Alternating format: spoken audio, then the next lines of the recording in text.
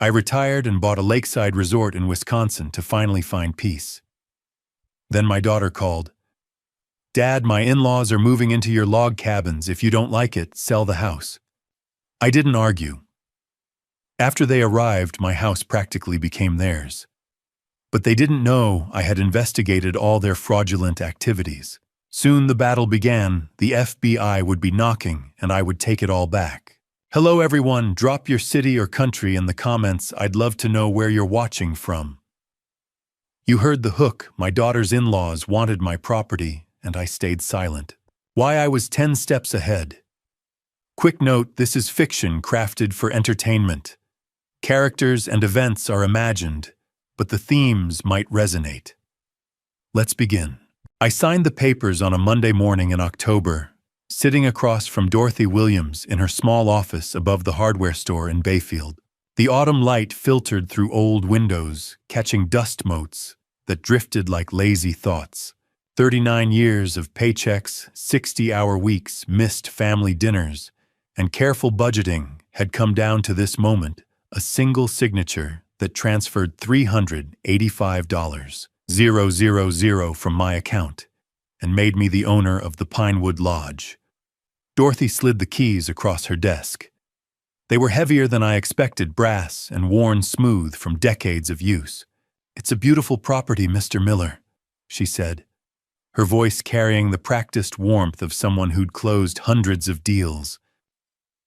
"The Johnsons ran it well for 23 years before they retired. You're getting a piece of Lake Superior history." I closed my fist around the keys, feeling their weight settle into my palm. 39 years as a civil engineer designing highways and bridges that would outlast me by generations. I'd built roads that carried families to their futures, but I'd never had a place of my own that felt like the destination. Until now. The drive from Milwaukee had taken 4 hours, but I'd needed every minute to let it sink in. The retirement party was 3 weeks behind me now. The handshakes, the engraved plaque, the awkward speeches from younger engineers who saw me as a relic from before computer modeling. They meant well, but none of them understood what it meant to draft by hand, to feel the weight of a pencil translating mathematics into something real and solid. I thanked Dorothy and walked back to my truck, a Ford F-150 I'd bought used 12 years ago and maintained with the same methodical care I'd given to everything in my life. The bed was packed with boxes, clothes, books, my grandfather's fishing rods, and a toolbox that had followed me through 3 different firms. Bayfield was quiet this time of year. The summer tourists had long since packed up their kayaks and left the North Shore to locals. I drove through town, slowly taking in the marina where sailboats bobbed in their slips, the apple orchards, heavy with late-season fruit, and the fish houses where commercial fishermen still worked the lake the way their fathers and grandfathers had. I stopped at Linda's Bait and Tackle on the edge of town. The bell above the door announced me with a cheerful jingle. Linda Harris looked up from behind the counter where she'd been organizing lures into a display case. She was probably in her mid-50s, weathered in the way that people who spend their lives near water tend to be tanned skin, laugh lines, hands that knew work. "You must be the new owner of the lodge," she said, smiling. "Dorothy mentioned you'd be coming through." "Sean Miller," I said, extending my hand. "Just signed the papers." "Linda Harris. Been running this place since '87. She wiped her hands on her jeans and shook firmly. "The Pinewood's a good piece of property. You planning to reopen the resort?" "No," I said, surprised by how certain I felt. "Just looking for a place to retire, somewhere quiet." She nodded approvingly. "Well, you picked the right spot. Lake Superior doesn't suffer fools, but if you respect her, she'll give you peace like nowhere else." She pulled a business card from behind the register. "Stop by when you're settled. Best minnows on the North Shore, and I've got tackle that'll put you onto walleye and northern pike." I thanked her and continued north. The road narrowed, hugging the shoreline. Cell service had dropped to nothing about 10 miles back. No more email notifications, no more conference calls, no more junior engineers asking me to review their calculations. Just the hum of the engine and the occasional cry of gulls overhead. Then I saw it. Lake Superior opened up before me like something out of a dream I'd forgotten I had. The water stretched endless and blue-gray, catching the afternoon sun in 1,000 shifting patterns. I'd seen pictures, of course, everyone had. But pictures couldn't capture the sheer presence of it, the way it made you feel both insignificant and strangely at home. I pulled over at a scenic overlook and stepped out of the truck. The wind carried the smell of cold water and pine. In the distance, a freighter moved slowly across the horizon, bound for Duluth or Thunder Bay. A bald eagle circled overhead, riding thermals with effortless grace. I stood there for a long time, letting the wind pull at my jacket, feeling something inside me unclench for the first time in years. The Pinewood Lodge sat a mile off the main road, down a gravel drive that wound through white pine and paper birch. The main lodge was exactly as Dorothy had described it, a 2-story cedar building with a wraparound porch, large windows facing the lake, and a stone chimney rising from the center. The 6 guest cabins ringed the property like satellites, each one a miniature version of the main lodge. Behind everything, a workshop large enough to park 2 cars stood with its doors closed, waiting. I parked in front of the main lodge and killed the engine. 39 years, $385,000. And now this. I sat in the cab of my truck, keys in my lap, looking out at the property that was mine.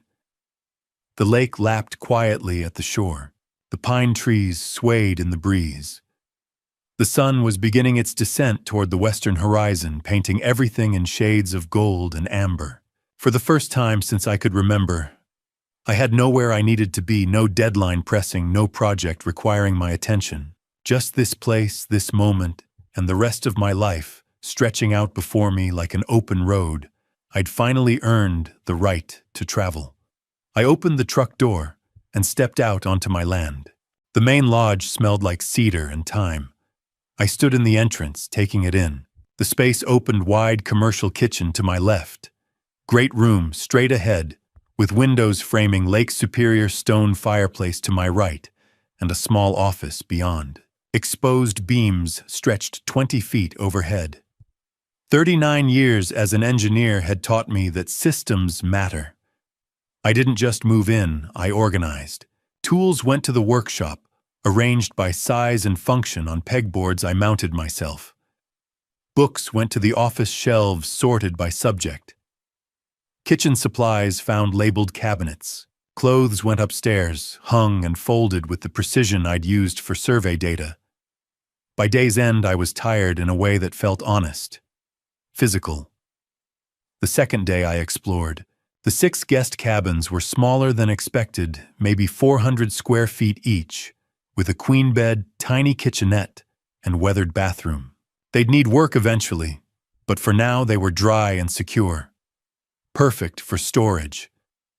The possibilities felt endless.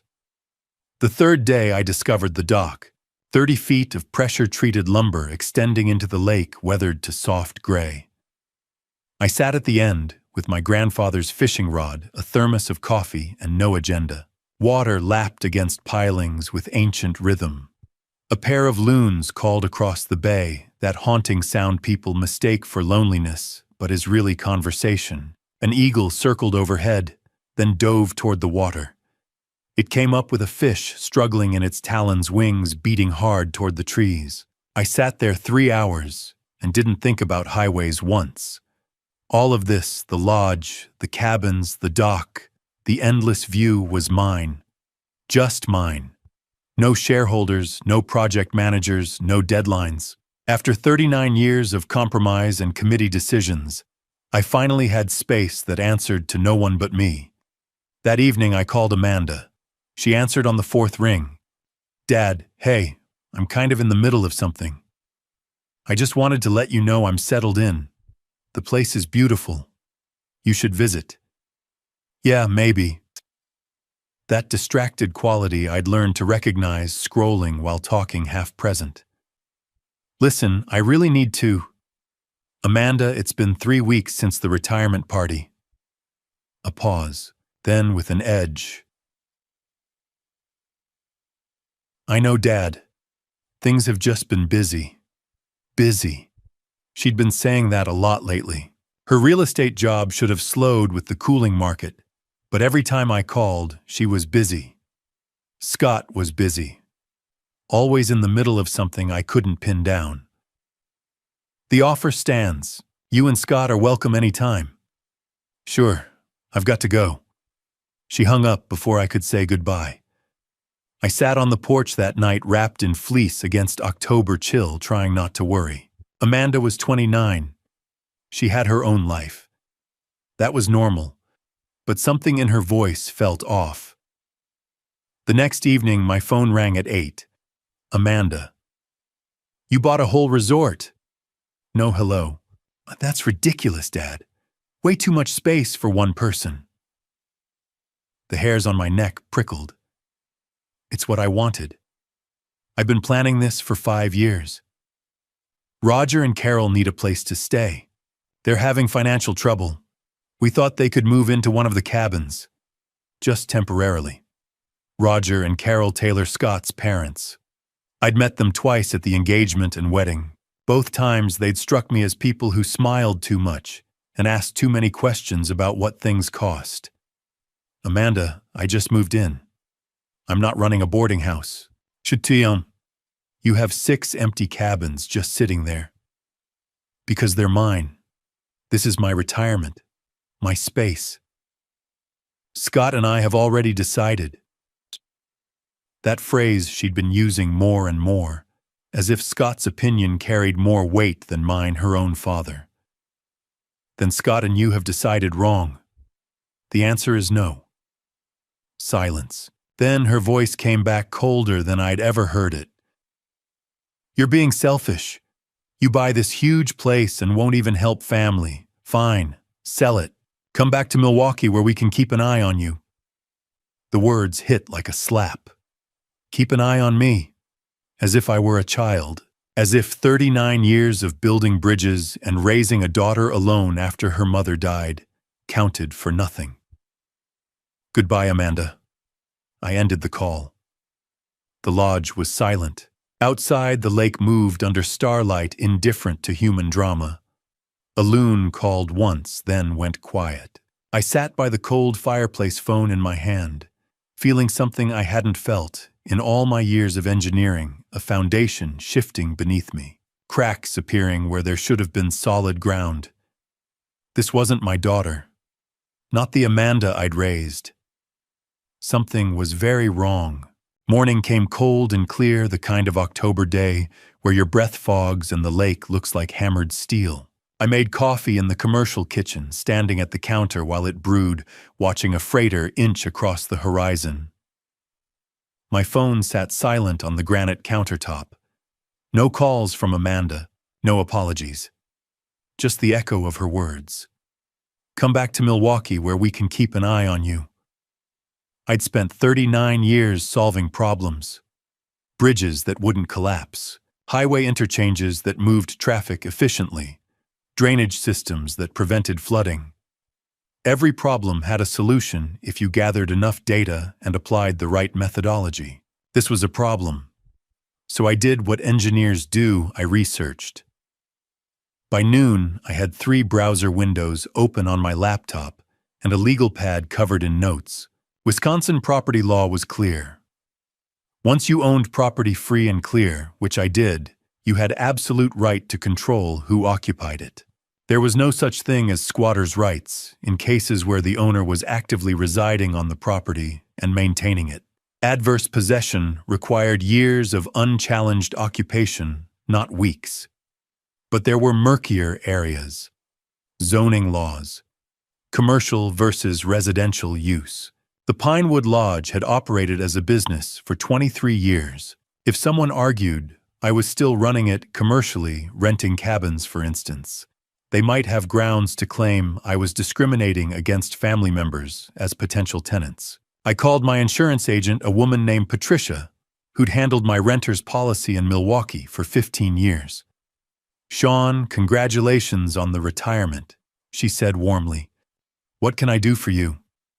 "I need to update my policy. The property is a former resort, but I'm using it strictly as a primary residence. I want that documented clearly. No rental income, no guest bookings. None, it's my home. The guest cabins are for storage and personal use only. I'll update the classification today and email you confirmation. Residential only, owner occupied. Thank you, Patricia." One vulnerability closed. That afternoon, I drove into Bayfield. The town was quiet, preparing for winter. Some shops had already put up their shutters for the season. I parked in front of Peterson's Hardware, a building that looked like it had stood since before statehood.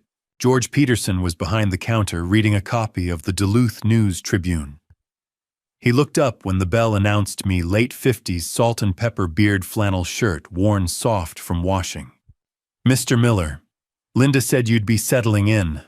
What can I help you with?" "I need security cameras. 3 of them. Wireless with cloud storage." His eyebrows rose slightly, but he nodded. "We've got a good system. Lorex brand. Motion-activated night vision connects to your phone. You planning to catch someone stealing your firewood?" "Something like that." He didn't press. Small-town courtesy meant not asking questions you didn't need answers to. He sold me 3 cameras mounting brackets and batteries. I paid cash. Back at the lodge, I spent 2 hours installing them.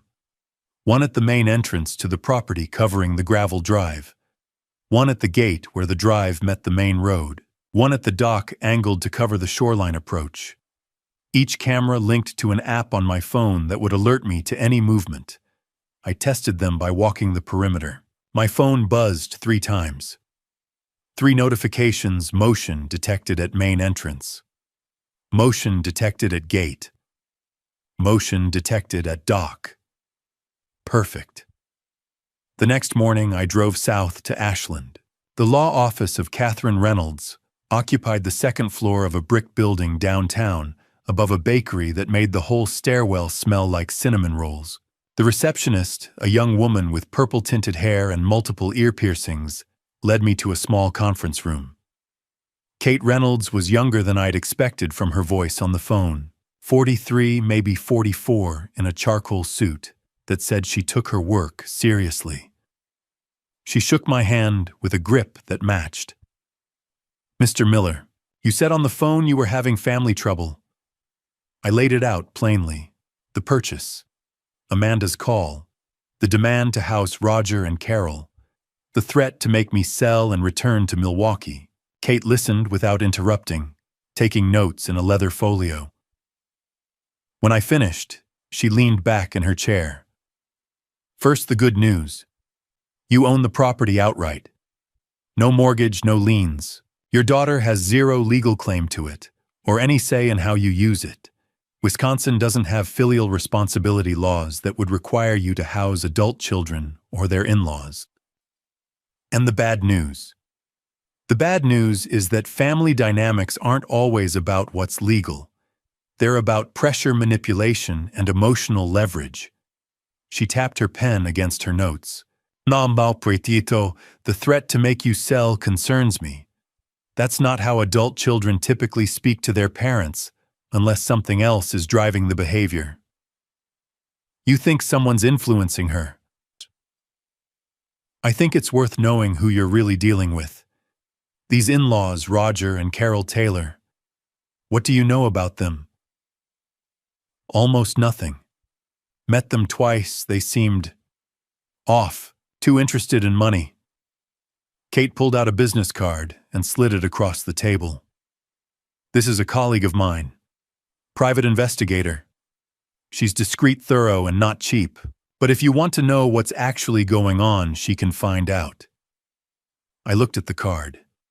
Diana Rodriguez, licensed private investigator. "How much for a retainer?" I asked Kate.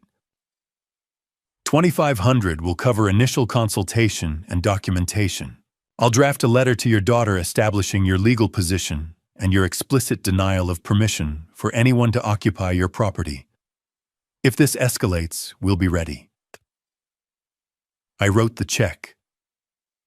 That night I sat on the porch with a glass of bourbon, something I rarely did, but the day seemed to warrant it. The cameras were live green lights blinking in the darkness. My phone was beside me, ringer on. It rang at 9:30, unknown number, Milwaukee area code. I answered without speaking, a man's voice, rough and deliberate. "You think cameras are going to stop us, old man? We know where you live. We know you're alone. Smart people cooperate. Think about it." The line went dead. I sat very still, adrenaline washing through me like cold water. Not Amanda's voice, not Scott's, someone else, someone who knew about the cameras already, which meant they'd been watching the property. This wasn't a family dispute anymore. This was organized. I pulled up Diana Rodriguez's number and typed a message, "Need to hire you. Urgent. We'll call first thing tomorrow." Then I sat in the darkness watching the lake and waiting, knowing with absolute certainty that I couldn't handle this alone. I needed answers, and I needed them fast. Friday afternoon, I was splitting firewood behind the workshop when my phone buzzed. The camera app flashed motion detected at gate. I set down the maul and pulled up the feed. A black SUV was turning onto my property. Rental plates, Illinois, not Wisconsin. Illinois. My gut tightened. I wiped sawdust from my hands and walked toward the main lodge, keeping the SUV in sight as it rolled slowly down the gravel drive. Whoever was driving wasn't in a hurry. They were looking around, assessing.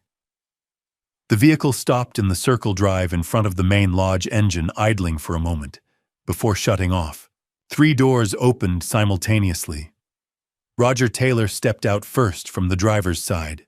Late 60s, soft around the middle, wearing a polo shirt and khakis that looked too new, the kind of outfit someone wears when they're trying to look respectable. Carol emerged from the passenger side, smaller, with bleached blonde hair and oversized sunglasses despite the overcast sky. And from the back seat, Scott, 30 years old, square-jawed, with the kind of easy smile that probably worked well in whatever sales job he claimed to have. He stretched as he got out, like he'd just arrived at a vacation rental. All 3 of them turned slowly, taking in the main lodge, the 6 guest cabins arranged around the property, the dock extending into the lake. Roger's eyes moved with a predator's calculation, not admiring the view, but inventorying assets. I walked out onto the porch, stopping at the top of the steps. "You're on private property." Roger's face split into a wide smile that didn't reach his eyes. "Sean, good to finally get up here.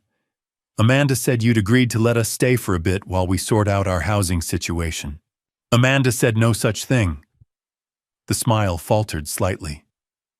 "Now I think there's been a miscommunication." "There's been no miscommunication. I told Amanda no. I'm telling you no. This is my home, not a hotel." Scott stepped forward, hands in his pockets, trying to look casual. "Come on, sir. You've got to understand our position here. We're family." He gestured toward the cabins. "And you've got 6 empty cabins just sitting there.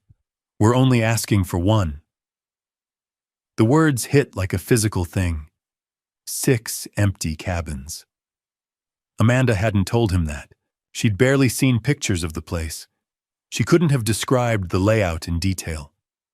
Which meant Scott or Roger or both had been researching the property, looking at satellite images, maybe even driving past before today. "How do you know how many cabins I have?" Scott blinked, caught. "Amanda mentioned." "Amanda's never been here. Try again." Roger stepped in smoothly. "Hun, we looked at the real estate listing online. Nothing sinister about it. Beautiful property. Really beautiful." He spread his hands in a gesture meant to appear reasonable. "Look, we're not asking for charity. We can help with maintenance upkeep. Carol's great with gardens. I've got construction experience. Construction experience. I kept my voice level. On what kind? A flash of something in Roger's eyes. Annoyance. General contracting, residential work. And where are you working now? Between projects at the moment. I see. I descended one step. Here's what I see, Roger. I see 3 people who drove 4 hours in a rental car with Illinois plates, not your own vehicle, which makes me wonder why. I see people who know details about my property they shouldn't know. And I see people who are standing on my land after being told explicitly not to come here. Carol pulled off her sunglasses. Her eyes were red-rimmed, and for a moment I thought she might actually be crying, until I realized the tears were too perfect, too timed. Please, she said, her voice breaking. We have nowhere else to go. Our daughter and son-in-law won't take us in. We thought family would help family. I'm not your family. You're Amanda's father. Carol's voice rose, the tears flowing now. Doesn't that mean anything? We're the grandparents of your future grandchildren. The manipulation was so naked, it was almost insulting. I'd spent 39 years in engineering firms watching people jockey for position play, politics manufacture crises to get what they wanted. This was amateur hour. You need to leave. Now. Roger's reasonable mask slipped. His jaw tightened. You're making a mistake, old man. When this blows up in your face, when Amanda realizes what kind of person her father really is, don't come crying to us. I'll take my chances. Scott moved toward the porch. Maybe we could just look at one of the cabins. Stop. I didn't raise my voice, but something in my tone made him freeze. I pointed to the camera mounted above the porch. Then everything you've said and done since you arrived has been recorded.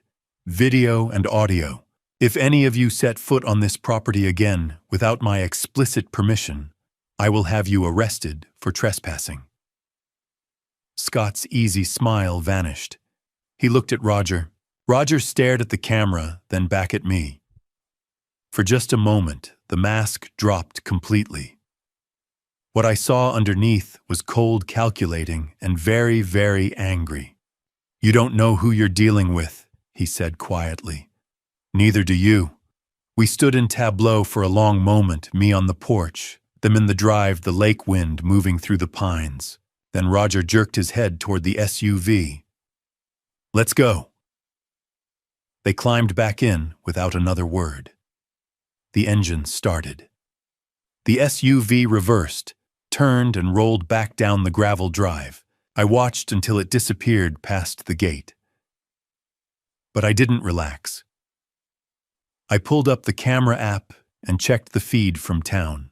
20 minutes later, the black SUV passed the hardware store, heading not south toward Illinois, but north, deeper into Bayfield. They weren't leaving. They were staying. I opened my phone and called Kate Reynolds. They came to the property, I said when she answered. All 3 of them made threats. I've got it on camera. Send me the footage, and Sean, don't go anywhere alone.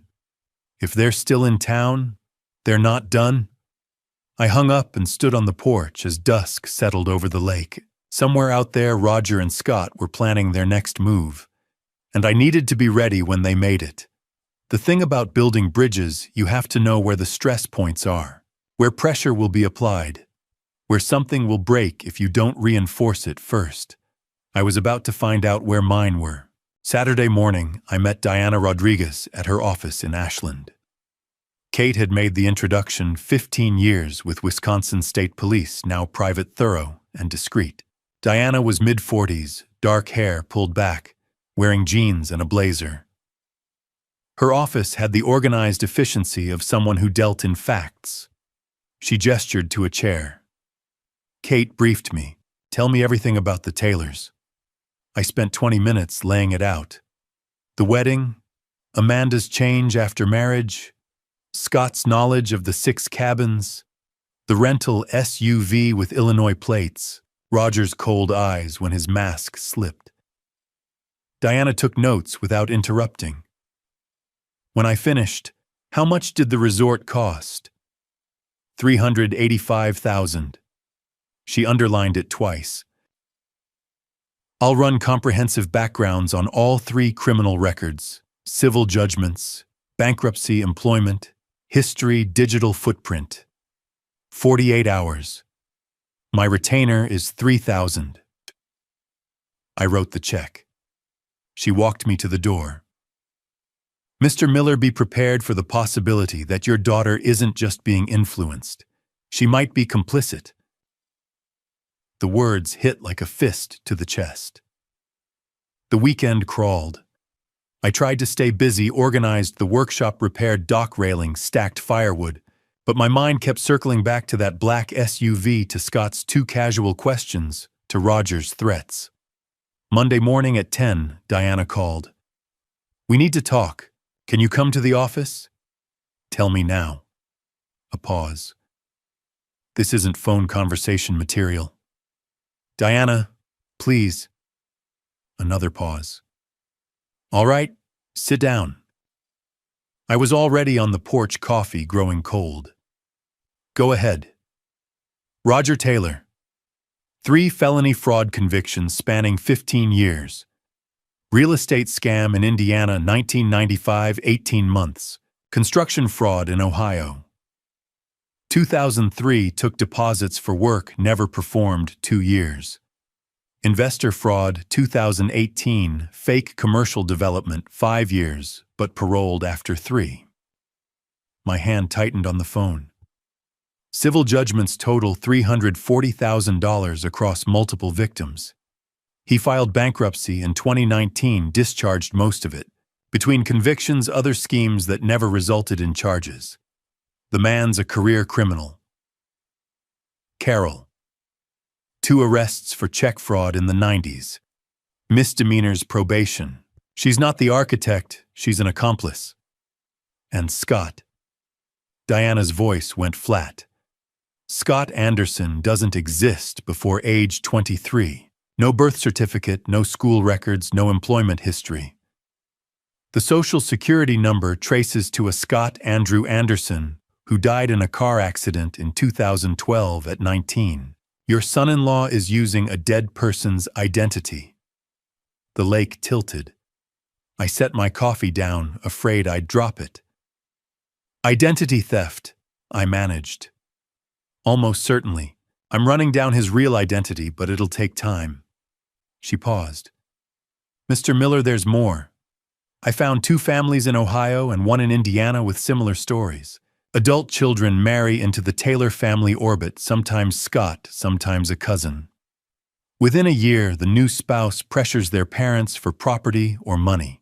In 2 cases, elderly parents ended up in nursing homes while their houses were sold. In the 3rd, a widower's life insurance disappeared into LLCs that dissolved before anyone could trace it. Pattern recognition. My engineering brain locked onto it immediately. It's a long con, Diana continued. They identify targets people with assets but limited family support. They insert Scott through dating apps, work connections. Fast relationship. Marriage within a year. Then the squeeze begins. And Amanda, your daughter got her real estate license recently. She has access to property records, sales data. When you purchased a $385,000 resort with cash that became public record, retired widower, 1 adult child, asset rich, you became a perfect target. The pattern crystallized with brutal clarity. Scott appearing right after Amanda's license.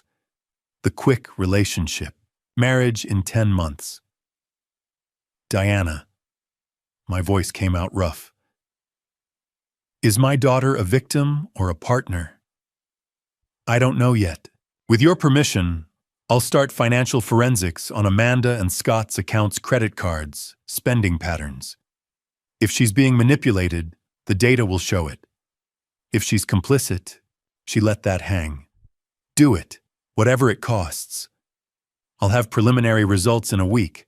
Mr. Miller, I'm sorry. No, it's what I needed to know. We hung up. I sat on the porch for a long time, phone in my lap.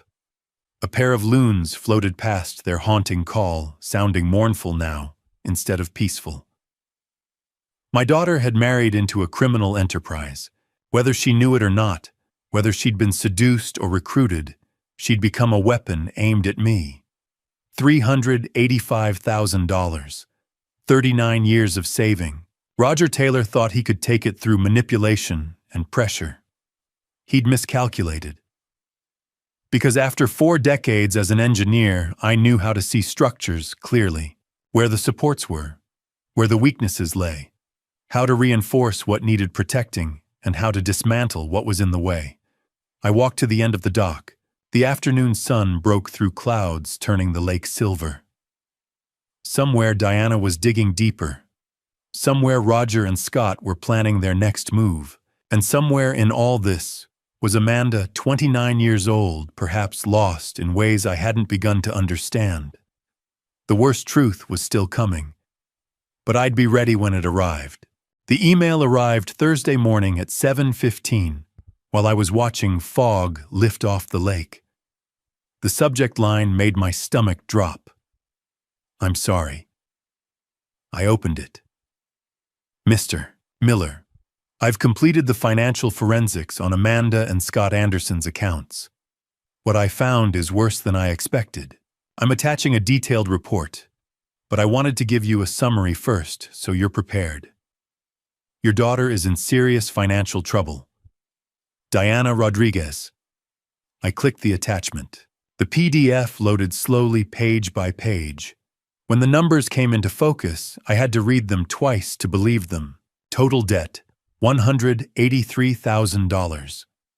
The breakdown was methodical, clinical, 7 credit cards, all maxed $47,000. 3 personal loans, $38,000, online gambling accounts, $98. 183,000.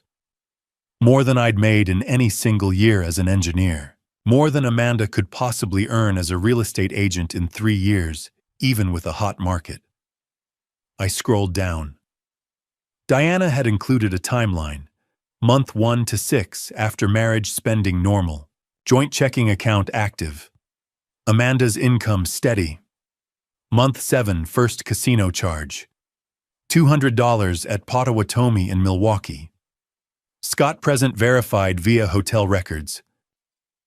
Month 8 to 12. Weekly poker games at friends' houses. Average losses $500 to $800 per session. Scott always present. Month 13. First online gambling account opened. Bet Rivers. Initial deposit $1,000. Scott's email used for registration. Month 14 to 18. 3 more online accounts opened. Total deposits climbing. Amanda's real estate income diverted entirely to gambling and minimum payments on growing credit card debt. Month 19 to 24, present spiral. Online gambling daily. Total losses now $98,000. Personal loans taken to cover credit card minimums. Scott controls all passwords. I stopped reading and stared at that last line. Scott controls all passwords. Not they share passwords. Not Amanda manages her accounts. Scott controlled them. He'd opened the accounts in her name, made the initial deposits, and kept the keys. This wasn't addiction. This was engineering. Cold, deliberate, systematic. I forced myself to keep reading. Diana's analysis continued. Pattern suggests grooming. Introduction to gambling was controlled and incremental.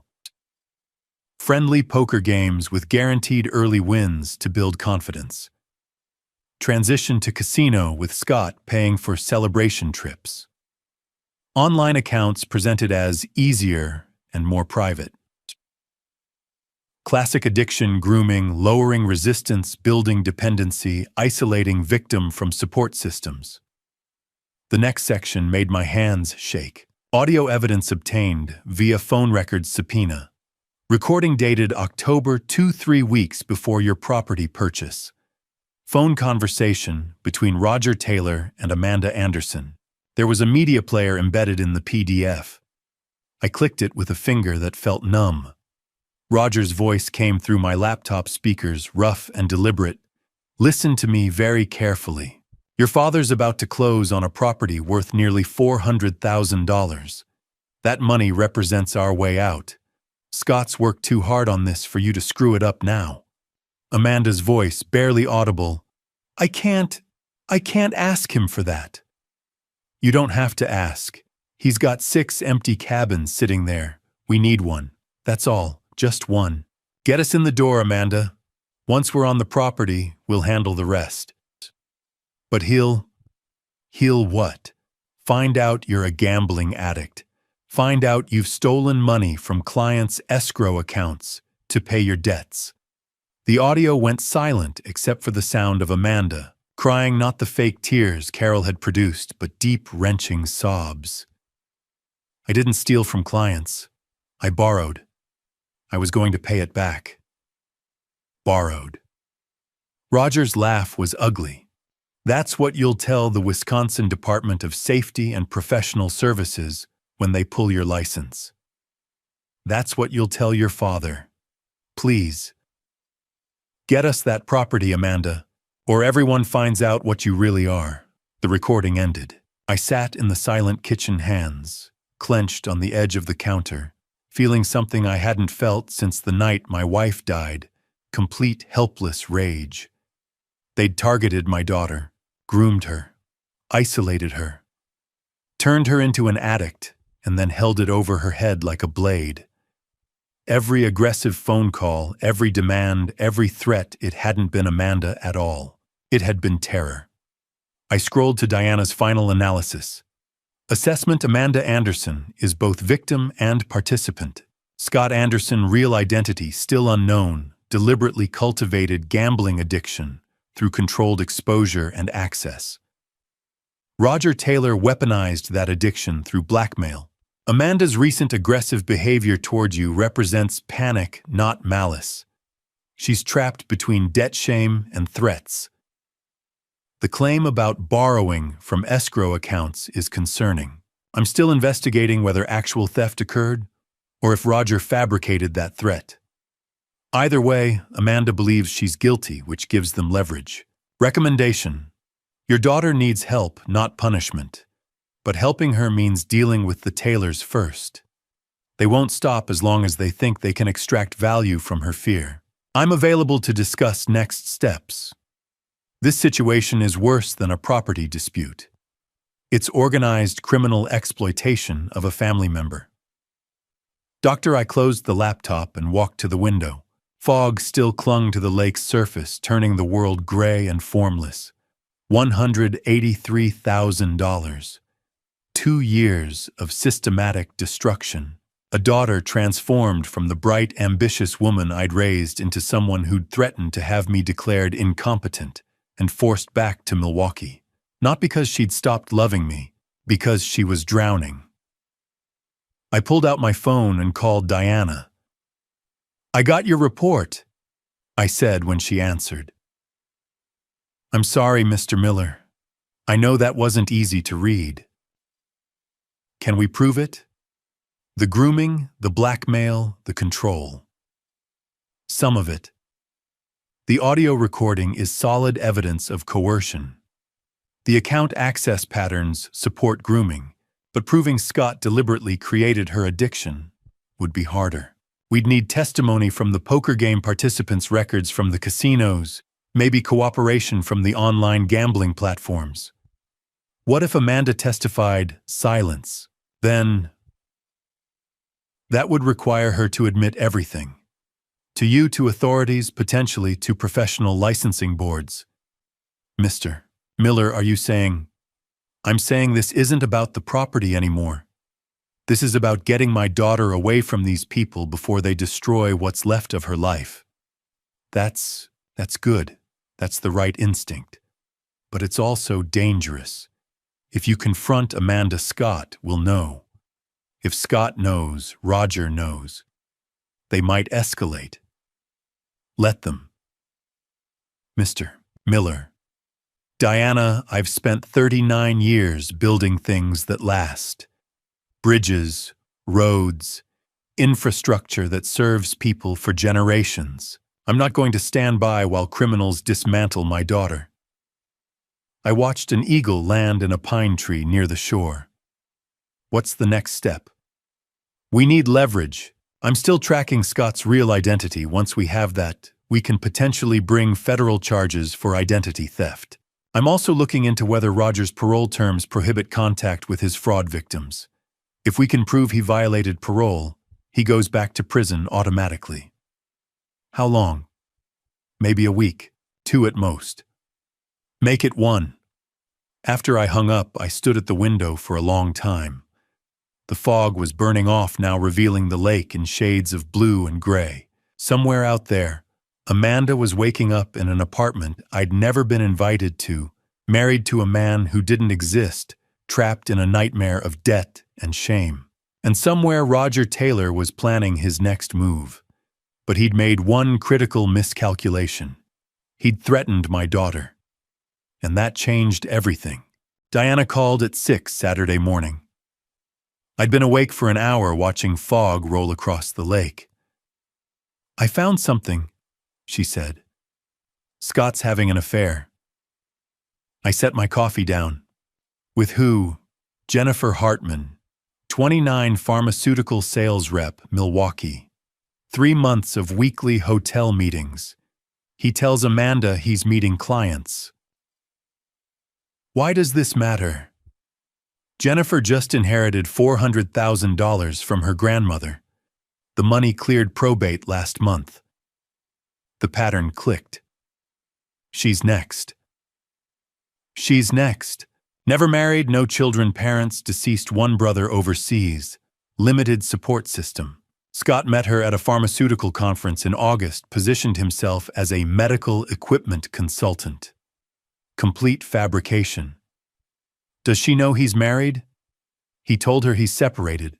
Difficult divorce. Wife is unstable and controlling. The same playbook he used on Amanda.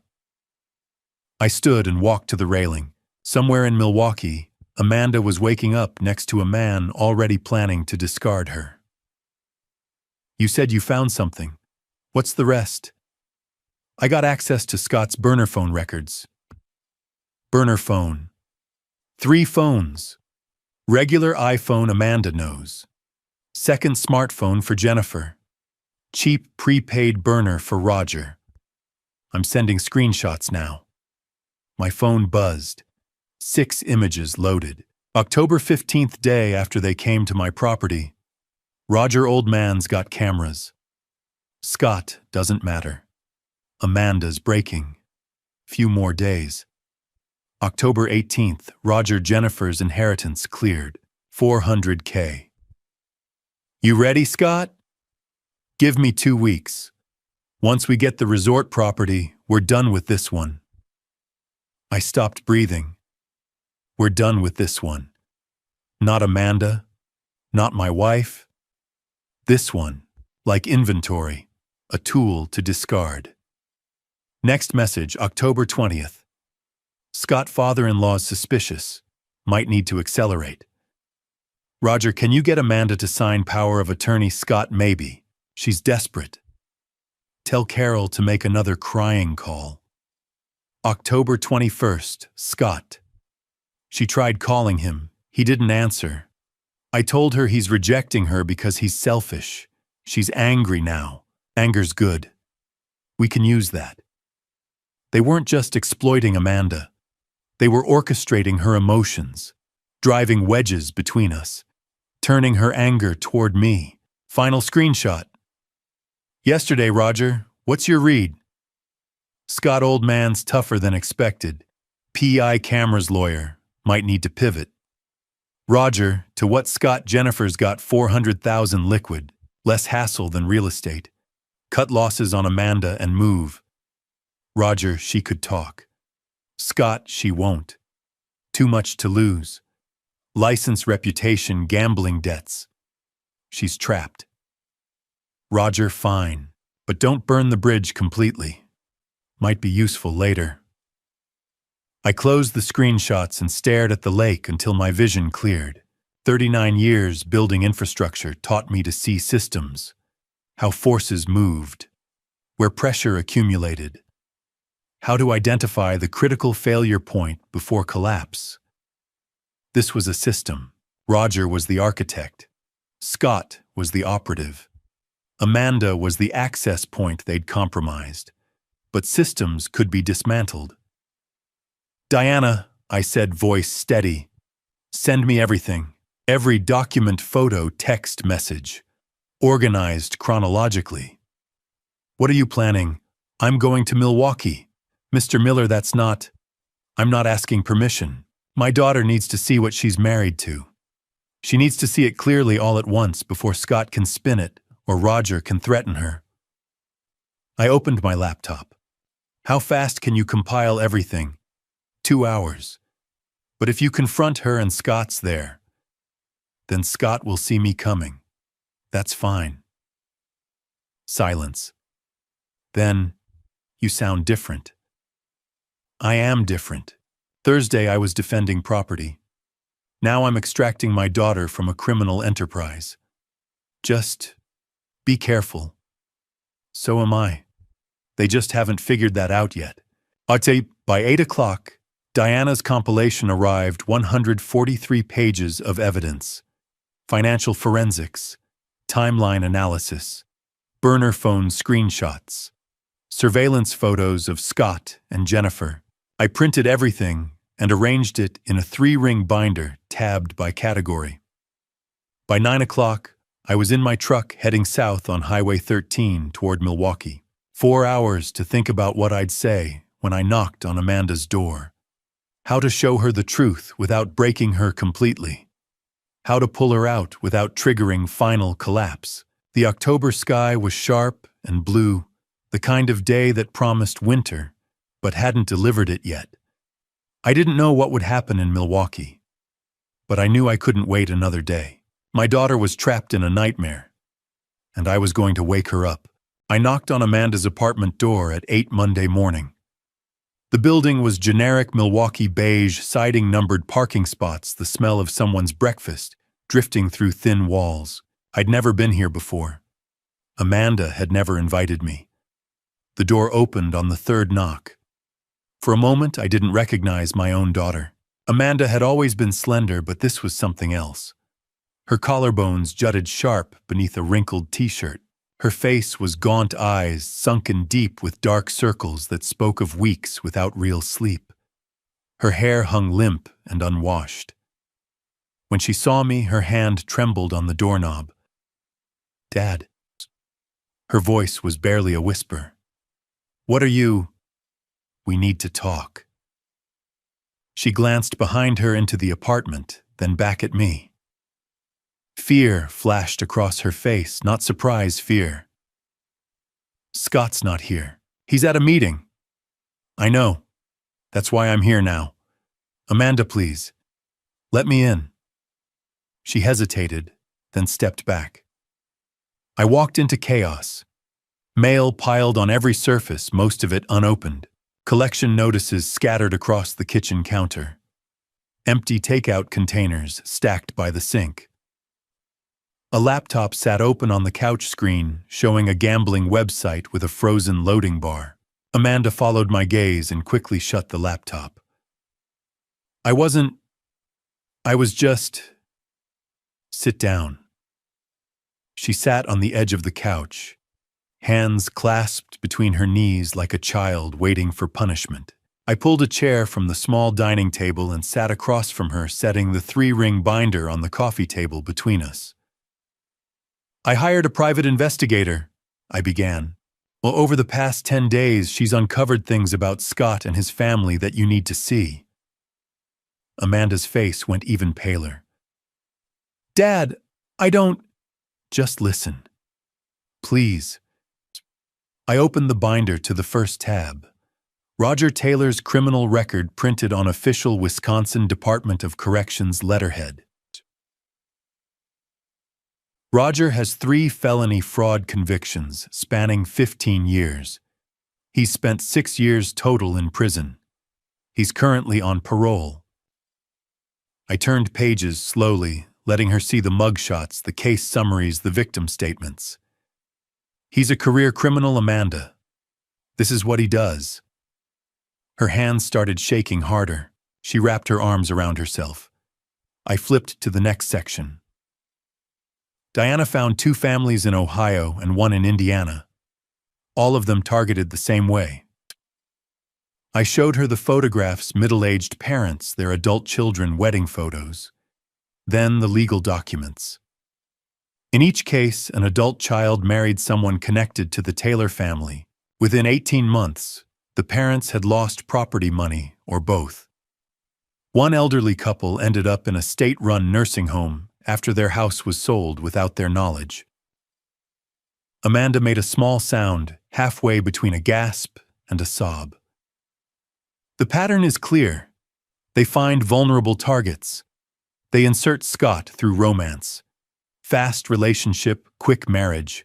Then, they extract assets through pressure manipulation and blackmail. I turned to the financial forensics section. The numbers were highlighted in yellow: credit cards, loans, gambling accounts. The total at the bottom circled in red. You owe $183,000. Amanda's face crumpled. She covered her mouth with both hands, tears streaming instantly. I know, she choked out. God, Dad, I know. I'm so sorry. How much of this debt did Scott create? She shook her head, unable to speak. Amanda. I kept my voice steady. How much of this was him? All of it, she whispered. The poker games were his idea, the casino trips. He set up the online accounts. He said it would be fun, just a hobby. Said he had a system. She was sobbing now, words tumbling out between gasps. But I kept losing, and he kept saying one more time, one more bet, we'd break even.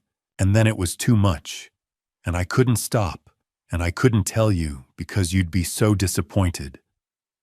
I'm not disappointed. Amanda, look at me. She raised her head, mascara-streaked face, devastated. You're not the villain here. You're the victim. Scott targeted you deliberately. Roger groomed you through Scott. They manufactured this debt to control you. But I let them. I made the bets. They engineered it. I flipped to the surveillance photos. Scott and Jennifer Hartman entering the Brookfield Marriott, kissing in the parking lot, her hand on his chest. Scott's been having an affair for 3 months. This woman just inherited $400,000. Amanda stared at the photos like they were written in a language she didn't understand. I showed her the burner phone texts, the ones about cutting losses, the one that called her this one, the messages coordinating her emotional manipulation. You were never his wife. You were phase 1 of a con. He married you to get access to me and my assets. When that didn't work fast enough, he started setting up his next target. I tapped the photo of Jennifer. She's next, and after her, there will be someone else. Amanda's breathing had gone shallow and rapid. She was staring at the texts, reading them over and over. Her lips moved silently, forming the words, done with this one. He was never going to stay. Roger's plan was to pressure me into giving them property or money, then disappear. Scott would divorce you, blame the gambling, take whatever remained, and move on to Jennifer with a clean slate. I thought he loved me. Her voice was so small. When we met, he was so kind, so interested in everything I said. He made me feel special, understood, like you'd finally found someone who saw you. She nodded, tears flowing freely. That's how they work. Scott knew you'd lost your mother young, that you felt disconnected from me after I focused so hard on work. He positioned himself as the emotional support you'd been missing. Amanda bent forward, elbows on knees, face in her hands. Her whole body shook with sobs. I showed her the final evidence. Recording transcripts. Roger threatening to expose her gambling. Carol's manipulated calls. The coordinated pressure campaign. They've been blackmailing you, using your shame and fear to force you to pressure me. Every aggressive phone call you made that wasn't you. That was them pulling strings. I called you terrible things, she whispered. I told you to sell your home. I threatened because you were terrified. You thought if you could give them what they wanted, it would stop. The debt would disappear. But it was never going to stop. They would have taken the resort, divorced you, and left you with nothing but the debt and the destroyed relationship with me. She was openly weeping now, the kind of crying that comes from a place deeper than words. I'm so stupid. You're not stupid. You were targeted by professionals. A sound cut through the apartment. Metal scraping metal. A key in the lock. Amanda's head snapped up, eyes wide with instant terror. We both froze, staring at the door. The lock clicked. The door handle turned. We heard him step inside. Scott's key just turned in the lock. Drop a comment. What do you think happens when he walks in and sees us with all that evidence? Quick note, this story includes fictionalized elements for narrative impact. If that's not your style, feel free to stop here. Ready to see what unfolds. Let's continue. The door swung wide and Scott walked in, whistling something cheerful and tuneless. He was carrying a Panera bag in one hand, keys jingling in the other, completely at ease in a space he believed he controlled. Then he saw me. The whistling stopped mid-note. His eyes went from my face to Amanda's tear-streaked devastation to the 3-ring binder open on the coffee table. For just a moment, his expression was completely blank, like someone had unplugged him and he was rebooting. Then the charm snapped back into place. That easy smile I'd seen at the wedding, at family dinners, in every conversation where he'd played the role of devoted husband. Sean. He set the bag down on the kitchen counter, moving with deliberate casualness. This is unexpected. Amanda didn't mention you were coming to visit. She didn't know. His eyes flicked to the binder again. From this angle, he couldn't see what was inside, but he was calculating. I could see it in the tension around his mouth, the way his hand stayed near his phone.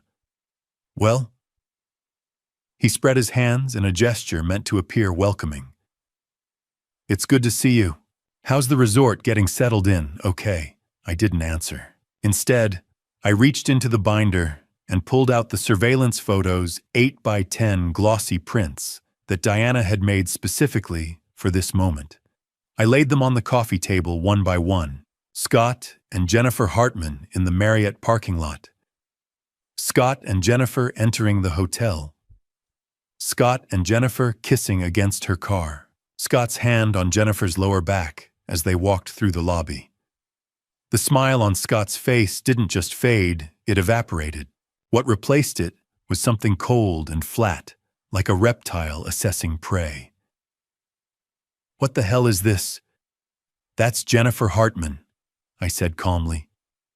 29 years old, pharmaceutical sales rep. You've been seeing her for 3 months. Every Thursday evening when you tell Amanda you have client meetings. Amanda made a small, broken sound. Scott's eyes snapped to her. Babe, this is taken completely out of context. This is a colleague we were discussing. I laid down another photo, Scott and Jennifer in an embrace that left no room for professional interpretation. She just inherited $400,000, I continued. Her grandmother died 6 weeks ago. The will cleared probate last month. You met her at a medical equipment conference in August, except you're not in medical equipment, are you, Scott? You're not in any legitimate business at all. Scott's jaw clenched. The mask was cracking now, pieces falling away, to reveal something uglier underneath. You don't know what you're talking about, old man. I know exactly what I'm talking about. I pulled out the burner phone transcripts. I know about Roger's 3 fraud convictions. I know about the families in Ohio and Indiana. I know about the long con you've been running on my daughter for 2 years. Scott stared at the transcripts, at the texts calling Amanda this one, at the messages about cutting losses and moving on to Jennifer. Something shifted in his posture. The pretense of civility dropped completely. When he looked at me again, his eyes were empty of everything except cold calculation. "You stupid old man," he said quietly. "You had one job: give us access to that property, and everyone walks away happy. But you had to be difficult. Had to hire investigators and lawyers and play detective." He took a step toward me. "You think you've won something here? You think showing Amanda a few pictures changes anything?" "Scott." Amanda's voice was barely audible. "Shut up." He didn't even look at her. "You had your chance to handle this quietly. We gave you weeks." I stood slowly positioning myself between Scott and Amanda. "This conversation is over. Amanda's leaving with me." Scott laughed a sound with no humor in it. "Is that what you think?" He pulled out his phone and tapped the screen. A moment later, a voice came through the speaker. Roger's voice. "What's wrong?" "The father-in-law's here, at the apartment. He's got photos, transcripts, the whole deal. He's trying to take Amanda." A pause. Then Roger's voice came back hard and decisive. "Get him out of there. Right now. If he doesn't leave, call it in, say he's trespassing, making threats, whatever. Get him arrested if you have to."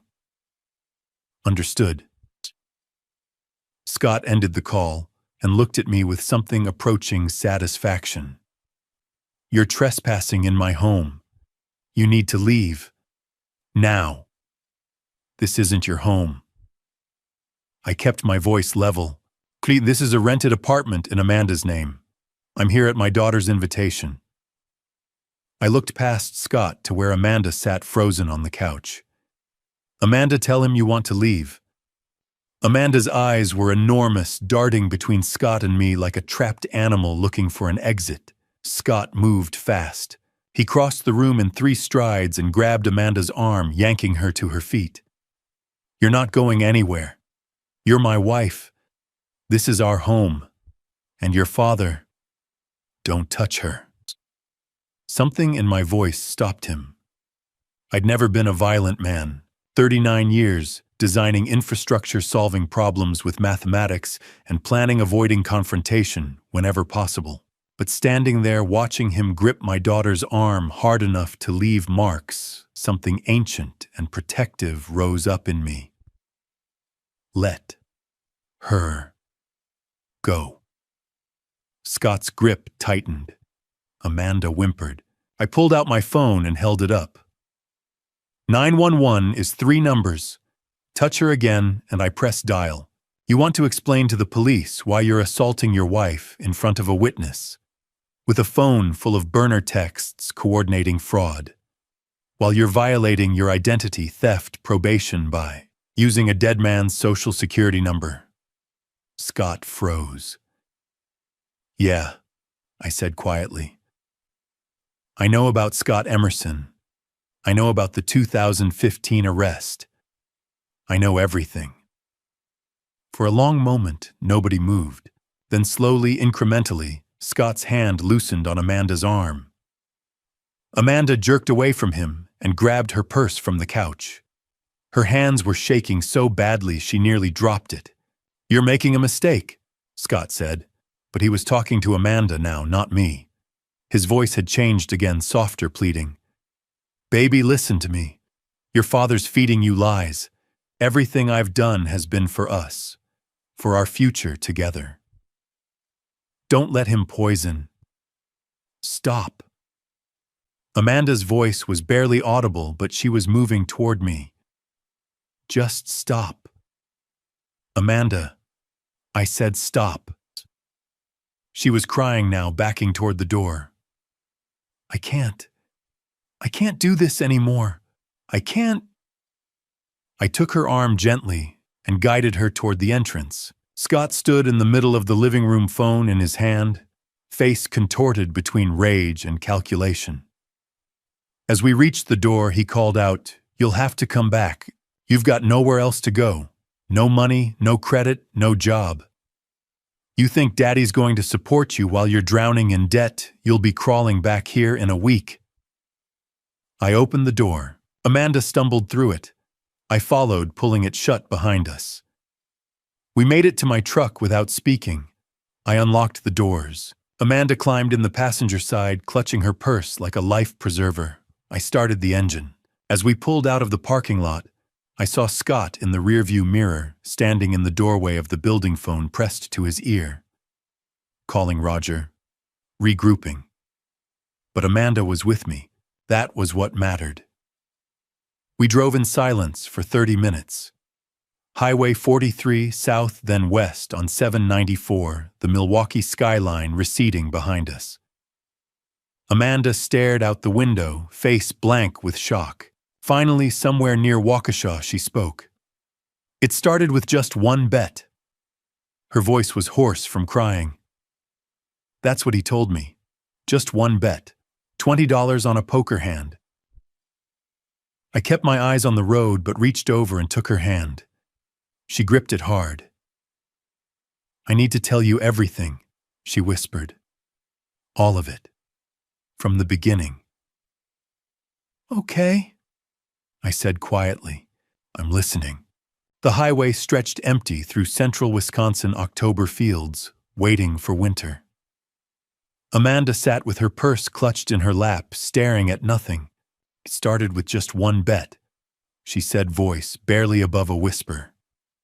$20 at a poker game. Scott's colleagues. I didn't know any of them. He gave me the money and said it would be fun. I kept my eyes on the road, every muscle tense with the effort of listening. I won that first hand. Everyone congratulated me, and it felt good, like I belonged. Scott was so proud. That's my girl, natural card player. So I played another hand, and another. Highway 43 became 57, cutting northwest toward Lake Superior. Casino trips started a month later.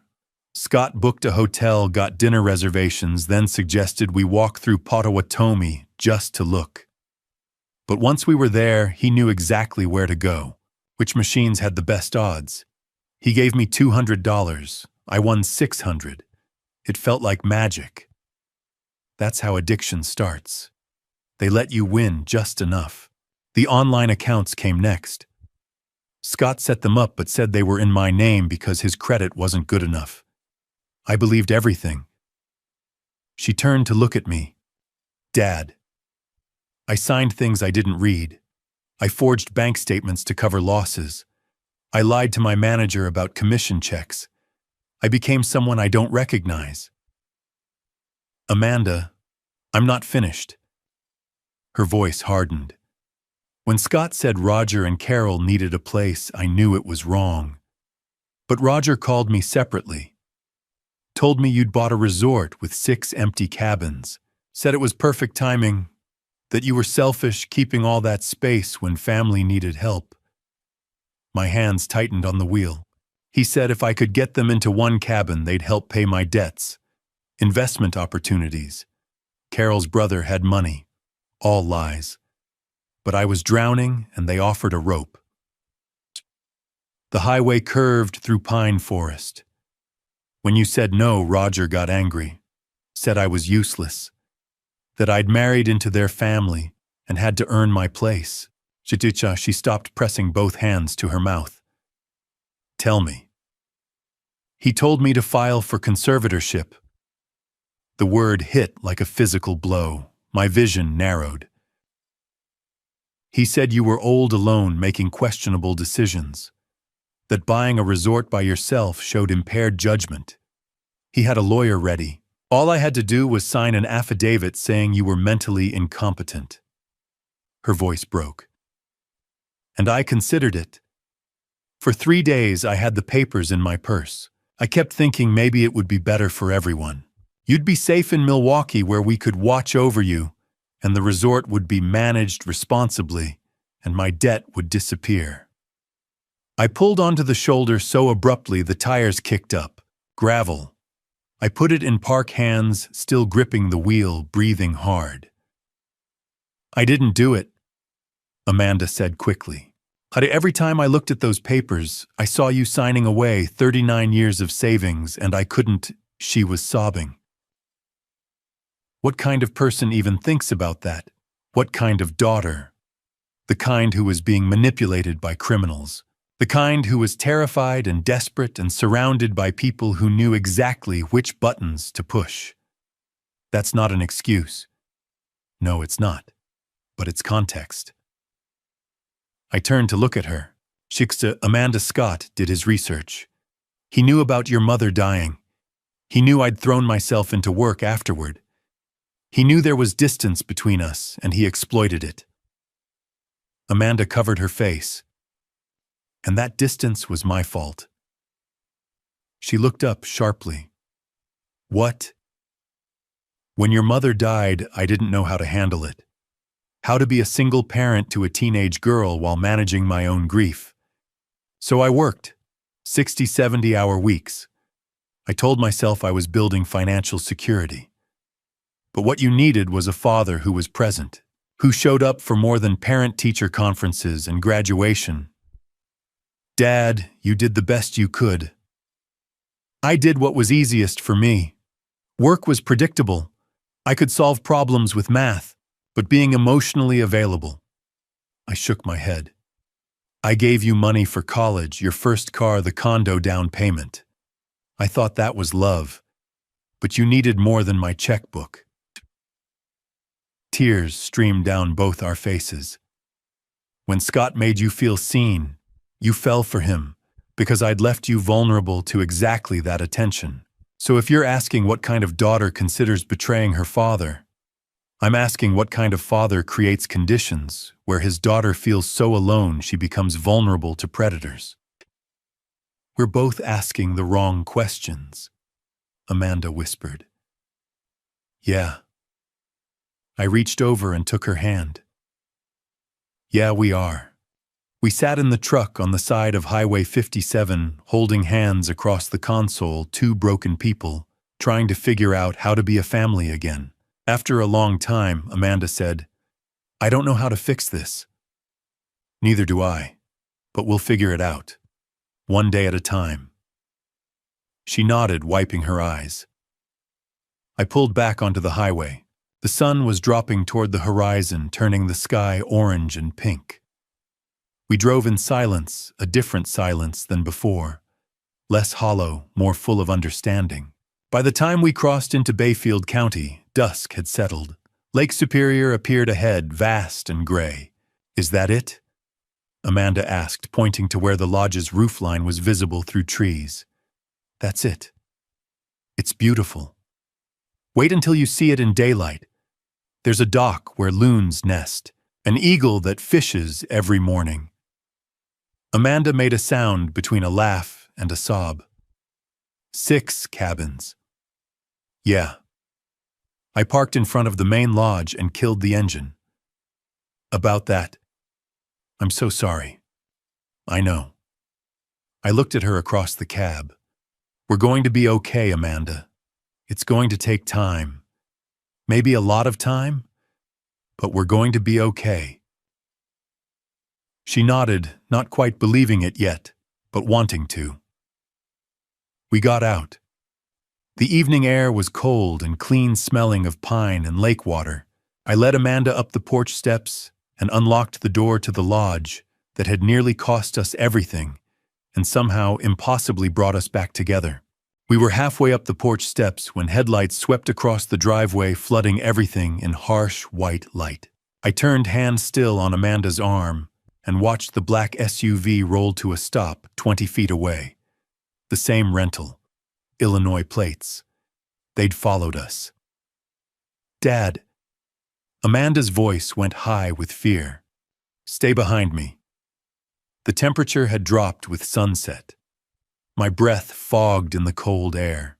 The lake was invisible in the darkness beyond the trees, but I could hear it, that low, constant rhythm of water against shore. 2 doors opened simultaneously. Roger emerged from the driver's side. Scott from the passenger. Both stood for a moment, letting their eyes adjust to the darkness, then started walking toward us with deliberate slowness. Carol stayed in the SUV, a pale shape behind the windshield, watching. "You made this harder than it needed to be," Roger called out. His voice was conversational, almost friendly, but there was steel underneath. He stopped at the bottom of the porch steps, hands in his jacket pockets. Running away in the middle of a discussion, taking someone else's wife without permission. "She's my daughter. She's Scott's wife." Roger tilted his head. "Legally bound.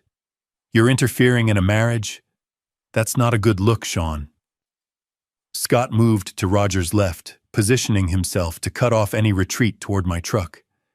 His eyes were locked on Amanda, and what I saw there made my skin crawl. Not love, not even anger, just cold assessment, like he was calculating the effort required to reclaim lost property. "Amanda," Scott said, his voice unnaturally calm. "Come here. We're going home." Amanda pressed closer to my back. I felt her trembling. "She's not going anywhere with you." "That's not your decision." Scott took a step forward. "Amanda, this is ridiculous. Your father's filled your head with lies and conspiracy theories. I love you. We're going to work through this together, but you need to come with me now." The manipulation was so naked, it was almost insulting. The same voice he'd probably used 100 times, reasonable, concerned, loving. But standing in the darkness with his mask already cracked, it just sounded hollow. "I'm staying with my dad." Scott's jaw tightened. "Don't make this difficult." "The only thing difficult here," I said evenly, "is that you're trespassing on my property. You need to leave. Now." Roger laughed, a short, ugly sound. "Your property. Right. See, that's the problem, Sean. You've got this whole place to yourself. 6 cabins sitting empty while family needs help. That's not how things work. Actually, that's exactly how private property works." "Is it?" Roger's smile didn't reach his eyes. "Because from where I'm standing, you're an elderly man living alone in an isolated location. No neighbors for a quarter mile. No cell service unless you're up on the ridge. Anything could happen out here, and nobody would know for hours." The threat was explicit now. Amanda made a small sound of fear. I pulled out my phone. "I'm calling the sheriff." "Don't do that," Roger's voice went flat. "Get off my property or I call." Scott moved fast. He lunged up the porch steps, one hand reaching for the phone. I tried to pull back, but he was younger, faster. His fingers closed around my wrist and twisted hard. Pain shot up my arm. The phone slipped from my grip and clattered down the steps. "Scott!" Amanda screamed. I shoved him backward with my free hand. He stumbled but didn't fall, then came at me again. This time I was ready. I blocked his arm and pushed him hard in the chest. He went down on one knee on the porch boards. "You stupid old man." He was on his feet, instantly breathing hard. "You think you can just take her after everything I've invested, 2 years of my life dealing with her pathetic gambling problems and daddy issues?" "Scott, stop." Roger's voice had an edge of warning, but Scott wasn't listening anymore. The careful facade had shattered completely. He advanced on me, hands clenched into fists. You know how exhausting it is playing the devoted husband to someone who cries every night about mommy being dead, pretending to care about her boring real estate clients and her stupid anxiety about whether daddy's proud of her. Amanda made a broken sound behind me. I earned that resort, Scott was shouting now, spit flying. I sat through 2 years of her neurotic bullshit. I set up every bet, guided every loss, built the perfect trap, and you were supposed to just hand over the property like a good little mark. Scott, shut up. Roger started toward the porch. No. You know what she said in the car? After he showed her those photos. Scott pointed at Amanda. She said she still loved me. Can you believe that after everything? She said maybe we could work it out if I went to counseling. He laughed, wild and unhinged. Counseling? For what? For being good at my job. I could see it happening. Scott's careful control dissolving into rage, words pouring out that should never be spoken aloud. Roger saw it too. He was moving towards Scott, trying to get between us, trying to stop what was coming. But Scott was gone, lost in fury and the collapse of his perfect plan. This was supposed to be easy. His voice cracked. Get the simpering daughter to pressure daddy. Daddy caves, or we push harder with the conservatorship play. Either way, we get the property. 6 cabins we could operate as rentals, clear 30 grand a month, easy. Then divorce the dead weight and move on to Jennifer, who actually has liquid assets. The words hung in the cold air like smoke. Roger grabbed Scott's arm. Shut your mouth. Right now. But Scott jerked away, still fixated on me. You ruined everything. We had it perfect. Amanda was ready to sign the conservatorship papers 1 more week, and you'd have been declared incompetent, and we'd have had legal control of the whole property. Scott. Roger's voice was desperate now. And Jennifer was ready too. I was this close to getting her to invest in a development property. $400,000 that would have been ours, free and clear. He was almost shouting now. But you had to hire investigators and lawyers and play detective. Roger yanked Scott backward, hard enough to spin him around. I said, shut up. For a moment they stood there, Roger gripping Scott's jacket, both of them breathing hard. In the sudden silence, I could hear Amanda crying softly behind me. Then from somewhere down the driveway, a different sound cut through the night. Sirens. Scott, Roger, and Carol are in custody. Amanda collapsed. Comment your thoughts. Is this truly over or is more coming? Reminder, this blends real themes with fictionalized scenarios. If it doesn't resonate, this is a good stopping point. Want to see what happens next? Stay with me. Scott was still shouting, the words pouring out in a torrent he couldn't stop. You think I could actually love someone like her? He jabbed a finger toward Amanda. 2 years of listening to her whine about her dead mother and her emotionally distant father. 2 years of pretending to care about open houses and mortgage rates. He laughed wildly. Just this is business. It's always been business. Scott stopped talking. Roger grabbed his arm again, but Scott shook him off. No, he wants to know what we were planning. I'll tell him. Scott turned back to me, eyes wild. 6 cabins, prime lake, superior location. We rent them out peak season at $300 a night minimum. That's $54,000 in July and August alone. Add spring and fall weekends, we're clearing $70,000, $80,000 a year in pure profit. And what about me? I asked quietly. High in this plan of yours. You, Scott's laugh was ugly. Once we had conservatorship, you'd be in some nice managed care facility in Milwaukee. Memory care, they call it. Doesn't matter if you actually have dementia once you're declared incompetent. It's hard to fight your way out. We'd have been managing your assets for your own good, while you drooled in front of a TV somewhere. Amanda made a sound like something breaking. And her, I gestured to my daughter. What happened to Amanda in this plan? Amanda was phase 1. Access point to you and your money. Scott's voice was flat, now emotionless. Once we had the property locked down and Jennifer's $400,000 secured, I'd file for divorce. Blame it on her gambling addiction, which is documented, by the way. She'd get nothing in the settlement because she's the one with the debt and the problem. Clean break, move on. You're insane, Amanda whispered. I'm practical. Scott's smile was cold. Your father was a mark. A lonely widower with assets and a vulnerable daughter. Roger found you through your real estate license database, new agent, single mother, deceased. Perfect profile. I did the rest.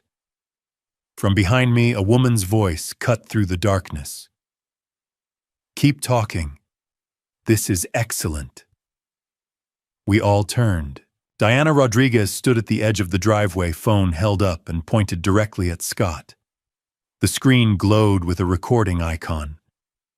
Every word, she said calmly. Conspiracy to commit fraud. Attempted conservatorship, fraud, identity theft. Scott Emerson, by the way. That's who you really are. And now I've got conspiracy to deprive someone of their liberty. You want to keep going? Give me aggravated assault to add to the list. Scott's face went white. The sirens were louder now. Red and blue lights flickered through the trees. You called them, Roger said, looking at me with something between rage and disbelief. I held up my wrist, showing the smartwatch I'd been wearing since Milwaukee. SOS button. Activated it the moment your SUV pulled in. Diana got a text alert. Sheriff's Department got an automated call with GPS coordinates. 2 Bayfield County Sheriff's vehicles came down the drive, lights blazing. 4 deputies emerged, hands on their weapons. Bayfield County Sheriff's Department, nobody move. Everything happened fast after that. Scott looked at the deputies, at Diana still recording, at me and Amanda on the porch. Then he bolted straight into the woods, crashing through underbrush in the darkness. "Runner in the woods!" one deputy shouted. 2 of them took off after him with flashlights. Roger put his hands up slowly. This is a misunderstanding. We were just having a family discussion. Sir, step away from the vehicle and put your hands on the hood. Carol finally got out of the SUV, already crying. We didn't do anything. We were just trying to help. Ma'am, hands where I can see them. Diana walked over to the senior deputy, a woman in her 50s with sergeant stripes. Diana Rodriguez, licensed investigator. I've been working this case for 10 days. I have recordings, financial records, and I just captured a full confession on video. The sergeant nodded. We'll need all of it. From the woods came shouts, then the sound of someone crashing through branches. The 2 deputies emerged, dragging Scott between them. His jacket was torn, face scratched from branches, and he was screaming about police brutality and illegal arrest.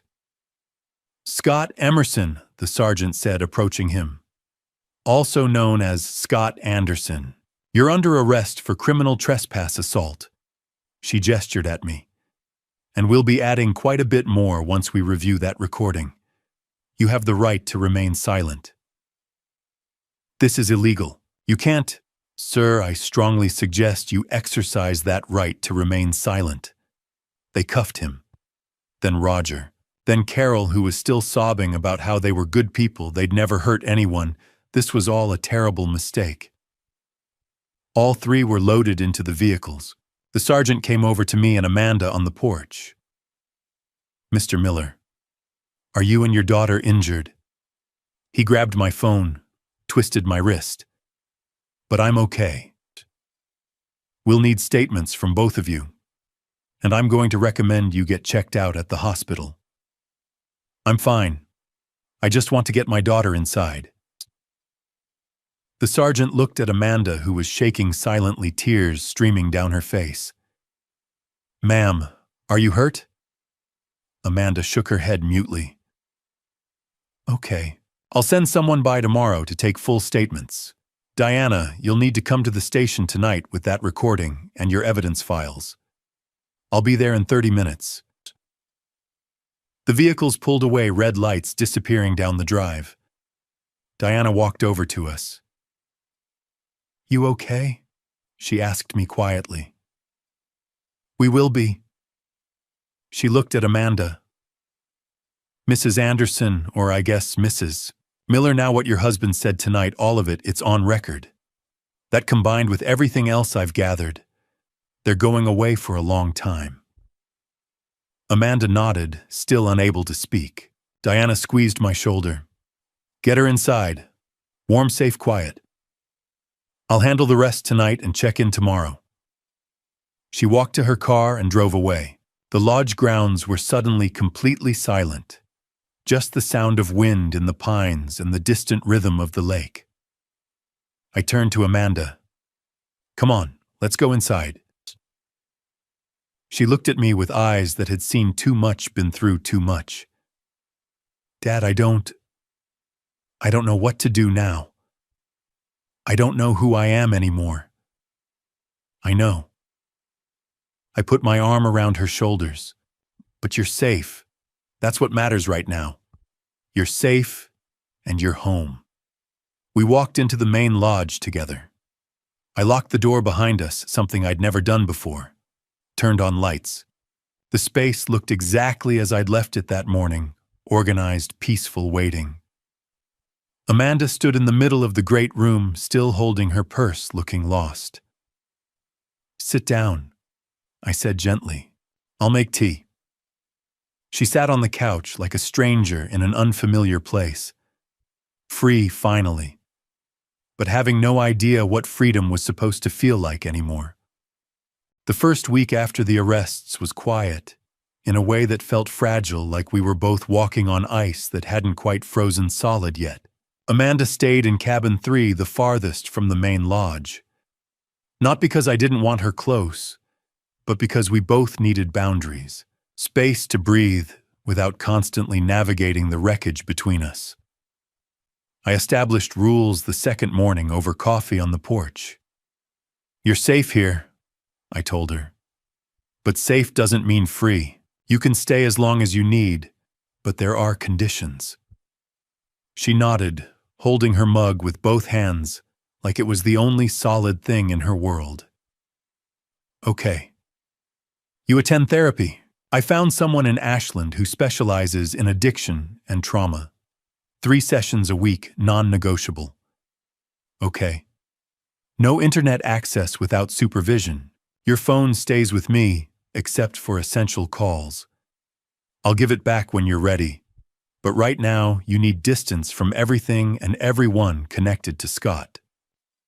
Her jaw tightened, but she nodded. And you help around the property. Cooking, cleaning, maintenance. Not because I need the help, but because you need structure. Purpose. I understand. We sat in silence for a moment, watching morning fog lift off the lake. Dad. Her voice was small. Thank you for not giving up on me. Never, I said quietly. But Amanda, I'm not rescuing you. I'm giving you a safe place to rescue yourself. There's a difference. On day 3, FBI agent Marcus Webb arrived. Mid-40s, sharp suit, the kind of eyes that had seen enough human ugliness to never be surprised, but still cared enough to be angry about it. We sat at the dining table in the main lodge, me, Amanda, Kate Reynolds, and Agent Webb. He laid out folders with methodical precision. The Taylor operation has been active for at least 10 years across 4 states, he began. Roger Taylor, Carol, Taylor, Scott, Emerson, real name Scott Marcus Novak, and at least 2 cousins we're still identifying. They've targeted 19 families that we know of. Total estimated theft, $1.2 million. Amanda closed her eyes. Most victims were too ashamed or financially destroyed to press charges. But with your testimony, Ms. Miller, and the evidence Diana Rodriguez compiled, we can bring RICO charges. Racketeering influenced and corrupt organizations. That carries federal time. How much time? I asked. Rogers looking at 12 to 15 years. Carol, 8 to 10. Scott. Webb's mouth tightened. Scott's got prior identity theft charges, the assault on you conspiracy charges. He's looking at 20 years minimum. Amanda's hands trembled around her coffee mug. We need your testimony. Webb continued, looking at her directly. Full cooperation. Every detail about how they groomed you, manipulated you. The financial coercion, the blackmail. In exchange, we're offering immunity from prosecution for any actions you took under duress. What about the gambling debts? Amanda asked quietly. The forged documents. The gambling is civil, not criminal. The documents. Webb glanced at Kate. Given the coercion and blackmail, we're not pursuing charges, but the debt is still yours. Kate leaned forward. I'm filing divorce papers today. Wisconsin is a no-fault state, but given Scott's fraud and your documented financial abuse, we can argue for a clean separation of assets. You won't be responsible for his debts, and he gets none of yours, which means none of your father's. What about her real estate license? I asked. Kate's expression was grim. The Wisconsin Department of Safety and Professional Services will review her case. The forged bank statements, the escrow account concerns even with the coercion context. It's a serious violation. She'll likely face suspension or revocation. Amanda had gone pale. So I lose everything. You lose the license, Kate corrected. Maybe. We can argue mitigating circumstances. But yes, there will be consequences. After they left, Amanda sat on the couch in cabin 3, staring at nothing. I sat in the chair across from her. I have $183,000 in debt, she said flatly. No income, no career, no husband, nothing. You have yourself, and you have me. Dad, I can't ask you to. You're not asking. And I'm not offering. I kept my voice gentle but firm. Amanda, if I pay your debt, I'm telling you that your choices don't have consequences, that someone will always bail you out. That's not love. That's enabling. She looked at me with eyes that were too old for 29. So what do? You file for bankruptcy. You rebuild credit slowly. You find work, maybe not real estate, but something. You attend GA meetings and therapy.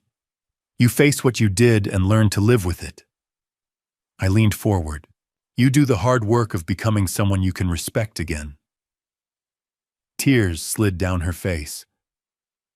I don't know if I can. You can. But you have to choose it. Every day. The next morning, Kate helped Amanda file bankruptcy paperwork. Chapter 7, Full Liquidation. The few assets, she had a 10-year-old car, some furniture would be sold. Most of the debt would be discharged. Her credit would be destroyed for years. That evening, I found her on the dock, wrapped in one of my old fleeces, watching the sun set over Lake Superior. Yeah, it's really over, she said when I sat beside her. My marriage, my career, my life as I knew it. The life you knew was built on a foundation of lies and manipulation. It had to end. But what comes next? I looked out at the water, at the endless horizon where lake met sky. I don't know, but we'll figure it out. Together. She leaned against my shoulder. I put my arm around her. The legal machinery was grinding forward. Arrests, charges, court dates, testimony. The Taylors and Scott would face justice eventually, but the real price, the cost in shame loss and broken trust, that bill was just starting to come due. And unlike the bankruptcy court, there was no discharge for that kind of debt. You just learned to carry it. The bankruptcy filing was just paperwork. The real losses came after. 2 weeks later, the letter arrived from the Wisconsin Department of Safety and Professional Services. Despite Kate's arguments about coercion and manipulation, the decision was final license revoked. Amanda Miller Anderson was no longer a real estate agent. She read the letter once, folded it carefully, and put it in a drawer. "I deserve it," she said quietly. "I forged documents, used client information inappropriately. It doesn't matter why." Her credit score dropped to 487. Every credit card was canceled. Collection agencies called daily until I helped her change her number. The car, a Honda Accord she'd been making payments on, was repossessed on a Tuesday morning. She watched from the cabin window as the tow truck drove away with it. Friends stopped calling. Women from her real estate office couples she and Scott had socialized with. The phone stayed silent except for my calls and Kate's check-ins.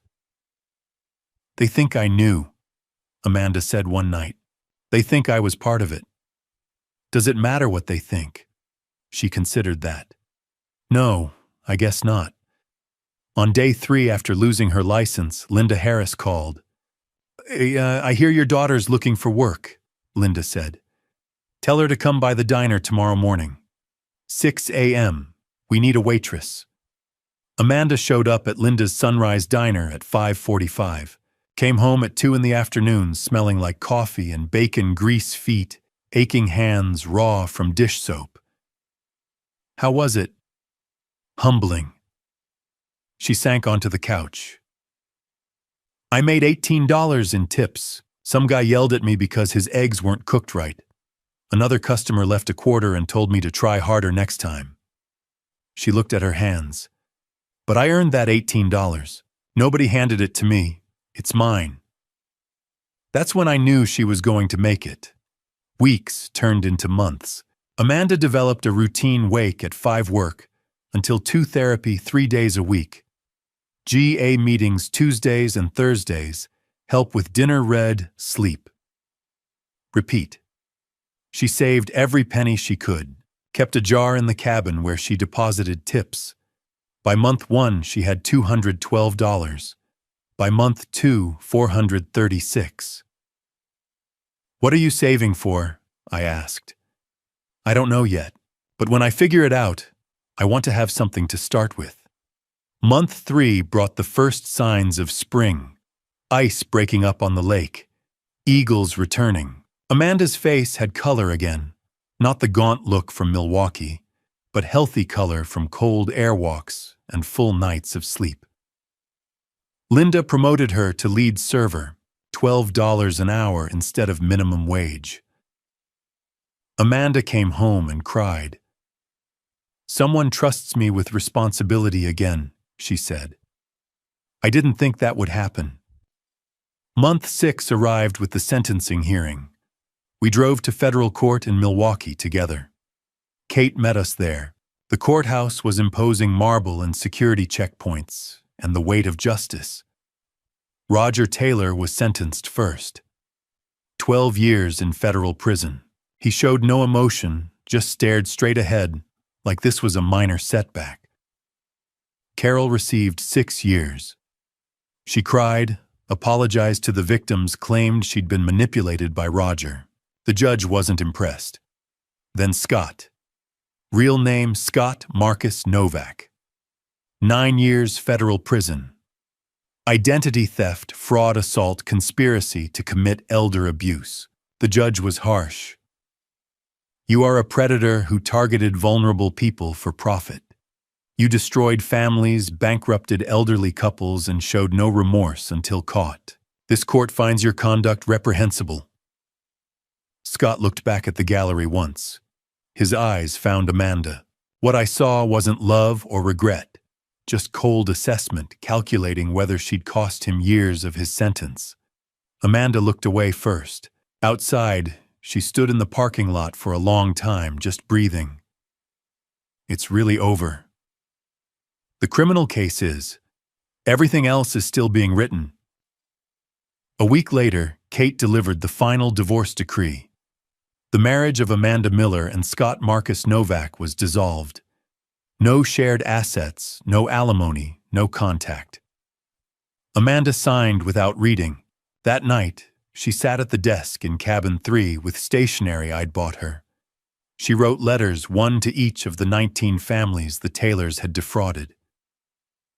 Dear Mrs. Patterson, my name is Amanda Miller. I was married to Scott Novak, who helped destroy your family's finances. I am writing to say I am sorry. I know that doesn't fix anything. I know my apology means nothing compared to what you lost. But I need you to know that I see what happened. I see the damage, and I will spend the rest of my life trying to be better than the person I was. She wrote 19 letters, 19 apologies for harm she'd been both victim and instrument of. 18 went unanswered. But in mid-March, a letter came back. Mrs. Eleanor Patterson, 73, from Indianapolis. The woman whose house had been sold while she was in managed care. Dear Amanda, thank you for your letter. I won't pretend what happened didn't hurt. I lost my home of 40 years. But I've read about your testimony about how you were targeted. I know something about being vulnerable to predators. I forgive you. Not because you deserve it, but because carrying anger is exhausting, and I'm too old to lug that weight around. I hope you find peace. Eleanor Amanda held that letter for a long time, tears streaming. She forgives me, she whispered. Why would she forgive me? Because she understands something you're still learning. That being a victim and being complicit aren't mutually exclusive, and that grace, real grace, is choosing to extend mercy anyway. April came to northern Wisconsin like a promise being kept. Ice retreated from the shoreline. The loons returned, calling across the water. Eagles fished in the mornings. The forest filled with birdsong. Amanda had been working at the diner for 4 months. She had $873 saved. Her hands were calloused, but capable. Her face was lean, but strong. One morning before her shift, I found her on the dock watching the sunrise. The lake was still reflecting pink and gold clouds. A pair of loons floated nearby, their haunting call echoing across the water. Spring's coming, she said without turning. It is. Sakurisa, I didn't think I'd make it to spring. Back in November in that apartment with Scott drowning in debt and lies. I didn't think I'd survive to see another spring. But you did. She nodded slowly. Yeah, I did. We stood there together as the sun cleared the horizon, turning the lake into liquid gold. Somewhere in the pines, an eagle called. The air smelled clean and new, full of possibility.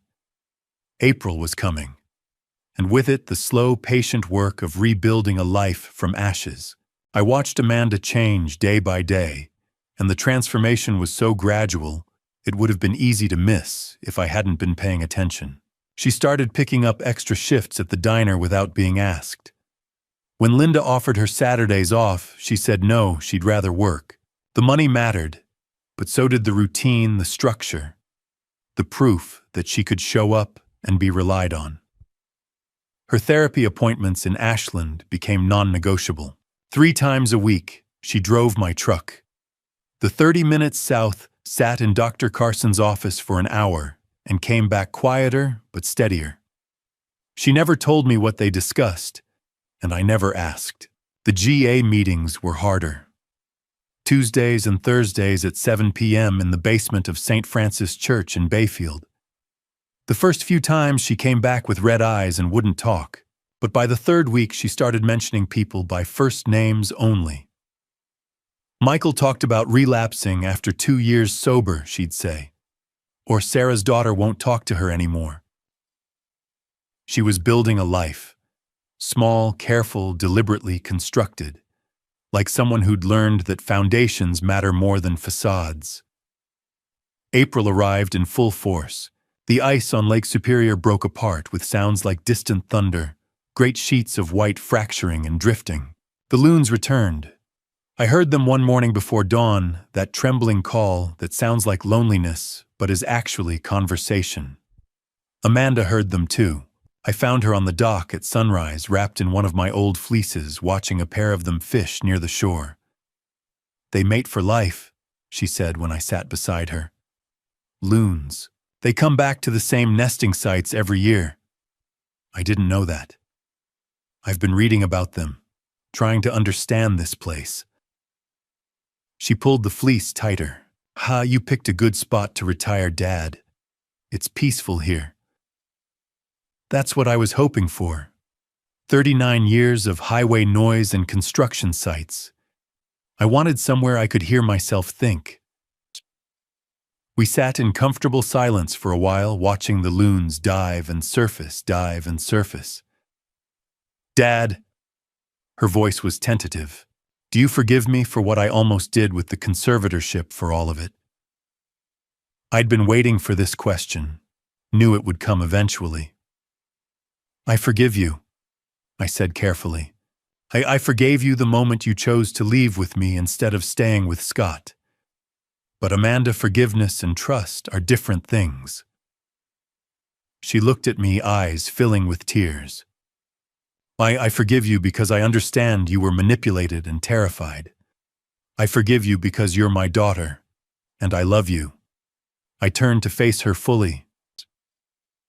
"But trust is something you earn back slowly, through consistent actions over time, through proving that the person you are now is stable, reliable, honest." "Chion, how long will that take?" "I don't know. As long as it takes. Maybe a year, maybe 5. But I'll be here while you do the work." She wiped her eyes. "That's fair. That's more than fair. And Amanda, I need to earn your trust back too." She looked surprised. "What do you mean?" "I failed you after your mother died. I threw myself into work because it was easier than facing grief and learning how to be a single parent to a teenage girl. I gave you money instead of presents. I let distance grow between us and told myself it was normal that teenagers don't want their parents around anyway." I swallowed hard. "But the truth is, I abandoned you emotionally when you needed me most. And that abandonment made you vulnerable to someone like Scott." "Dad, that's not..." "It is. Not entirely, but partially. I created a hole in your life, and Scott filled it. So if we're going to rebuild our relationship, we both need to do better. Be more honest. More present." Amanda was crying now, but nodding. "Okay, yes. How do we do that?" "I don't know, but I think we should find out together." The next week, we started family therapy. Dr. Carson recommended a colleague in Duluth who specialized in family systems, a woman named Margaret, who looked like somebody's grandmother but asked questions like a prosecutor. The first session was brutal. She made us talk about Amanda's mother, about the year after she died, about all the conversations we'd never had, and all the grief we'd swallowed instead of sharing. I admitted I'd been afraid of Amanda's emotions. That when she cried, I didn't know how to help, so I'd given her space instead, which she'd interpreted as rejection. Amanda admitted she'd been angry at me for years. Angry that I kept working long hours even after Mom died. Angry that I missed her college graduation because of a project deadline. Angry that I seemed fine when she was falling apart. "I thought you didn't care," she said, voice breaking. "I thought losing Mom didn't affect you the same way." "I cared so much I couldn't function," I told her. So I buried it in blueprints and calculations because that was the only way I knew how to survive. We left that first session exhausted and raw. But we went back the next week, and the week after that. By late April, something had shifted. We started having dinner together most nights, not in silence or with forced conversation, but actually talking. About her day at the diner, about a book I was reading about, whether the eagle we'd seen that morning was the same one from last year. Small things. Normal things. The kind of things families do when they're not broken. Amanda's savings jar was filling steadily. By early May, she had $4,000. One Saturday after her shift, she asked to borrow my truck. "There's a studio apartment in Ashland," she said, "above the bookstore on Main Street. It's small, but it's clean, and the rent is reasonable. I want to look at it." My first instinct was to say no to keep her close where I could make sure she was safe, but that was the old pattern control disguised as protection. "Take the truck," I said. "Let me know what you think of the place." She came back 3 hours later, eyes bright. "It's perfect, or it will be perfect once I can afford it. $600 a month plus utilities. I need first month, last month, and security deposit. $3,600. I'm almost there. You could stay here as long as you need." "I know. But Dad, I need to prove to myself that I can stand on my own. Not with Scott holding me up or holding me down. Not with you rescuing me, just me making it work." I understood that. Maybe better than she knew. "Then keep saving. And when you're ready, we'll help you move." Chitreta May arrived with warmth that felt miraculous after the long winter. The forest exploded into green. Wildflowers appeared along the trails. Tourists started trickling back to Bayfield, filling Linda's diner and keeping Amanda busy with extra shifts. She was different now, not the broken woman who'd left Milwaukee in November, and not the naively trusting girl who'd married Scott. Someone in between, harder but not bitter, careful but not closed off. One evening in late May, my phone rang. Amanda's name on the screen. "Hey, sweetheart, you okay?" Her voice came through lighter than I'd heard it in years, maybe lighter than I'd heard it since before her mother died. Not exactly happy, but relieved. Hopeful. "Dad," she said, and I could hear the smile in her voice. "Something good happened today."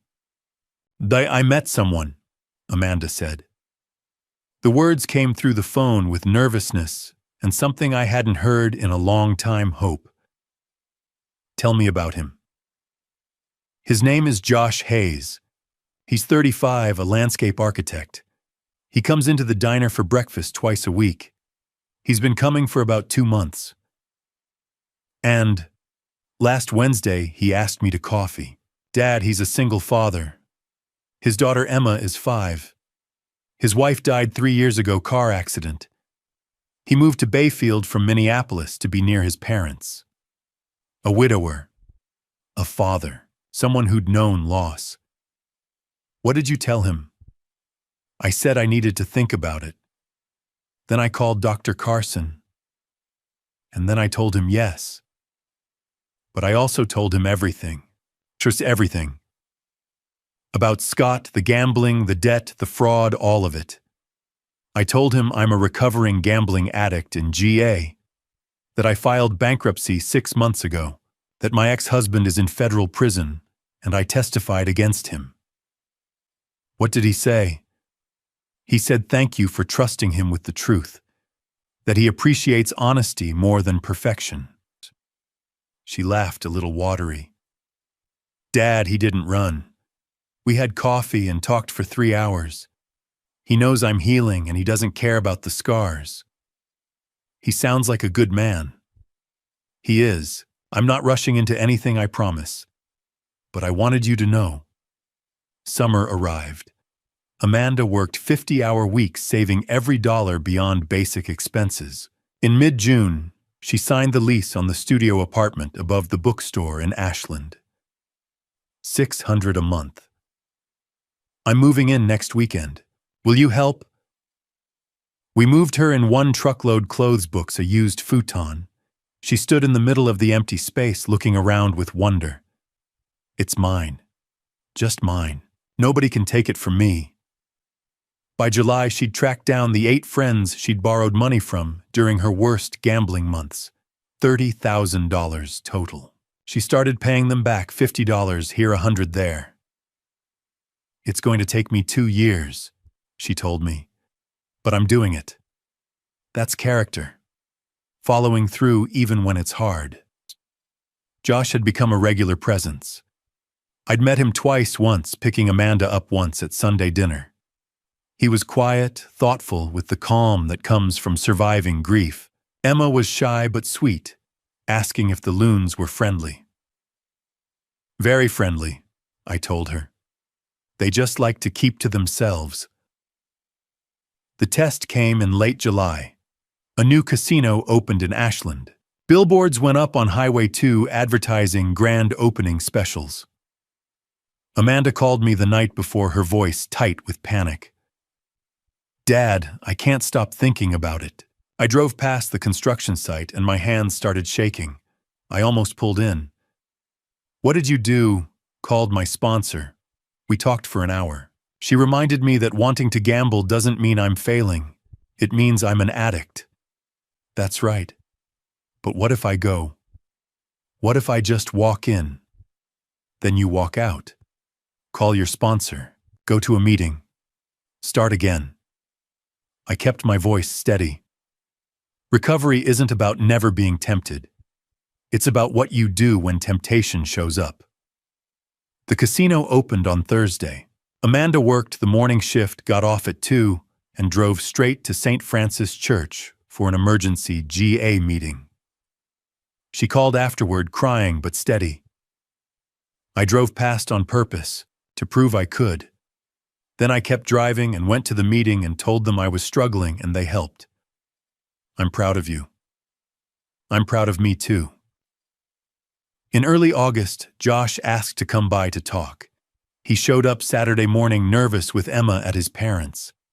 We sat on the porch. He got straight to the point. Mr. Miller, I'd like your permission to ask Amanda to marry me. You've known her 3 months. I have, and I know that's fast. But I'm 35, and I've been married before. I know what I'm looking for. He met my eyes. Amanda's told me everything about her past. I know about the gambling, the debt, the manipulation. I know she's in recovery and probably will be for life. And you're okay with that? I'm not looking for perfect. I'm looking for honest. Amanda doesn't lie to me. She doesn't hide when she's struggling. She shows up for therapy, for meetings, for her commitments. That's the person I want to build a life with. I studied him. If you hurt her, I won't. But if I do, you'll have every right to come after me. His smile was slight but genuine. Emma needs a mother figure who'll teach her that people can change, that mistakes don't define you, that honesty matters. Amanda's that person. You have my blessing. He proposed 2 days later at the dock where Amanda and I had talked about forgiveness. Got down on one knee at sunset while Emma threw flower petals. Amanda said yes before he finished asking. The wedding was small by design. August 20th, right here at Pinewood Lodge. We set up chairs on the lawn overlooking the lake. 20 guests: Kate Reynolds, Diana Rodriguez, Linda Harris, Josh's parents, Emma as flower girl friends from Georgia, and Dr. Carson. Amanda wore a simple white dress from a second-hand shop. Josh wore a tailored suit. Emma scattered wildflowers with serious concentration. Judge Patterson, Eleanor's nephew, officiated. The vows were traditional, with one addition. Amanda insisted on, I promise to be honest even when it's hard. I promise to show up even when I'm struggling. I promise to choose us every day. Josh responded, I promise to trust you even when it's scary. I promise to stand with you especially when it's hard. I promise to choose us every day. They exchanged rings, kissed, turned to face the small gathering of people who knew their stories and loved them anyway. That evening, after the guests left, and Josh and Amanda drove to Duluth for a modest honeymoon weekend, I sat on the dock watching stars emerge. 2 years ago, I'd signed papers for this property. 39 years of savings turned into a dream I'd thought I'd enjoy alone. I couldn't have imagined what would come. The threats, the confrontation, nearly losing my daughter to predators who saw her as a tool. But I also couldn't have imagined this Amanda rebuilding herself, finding someone who valued her honesty more than perfection, standing in a second-hand dress, promising to choose love every day.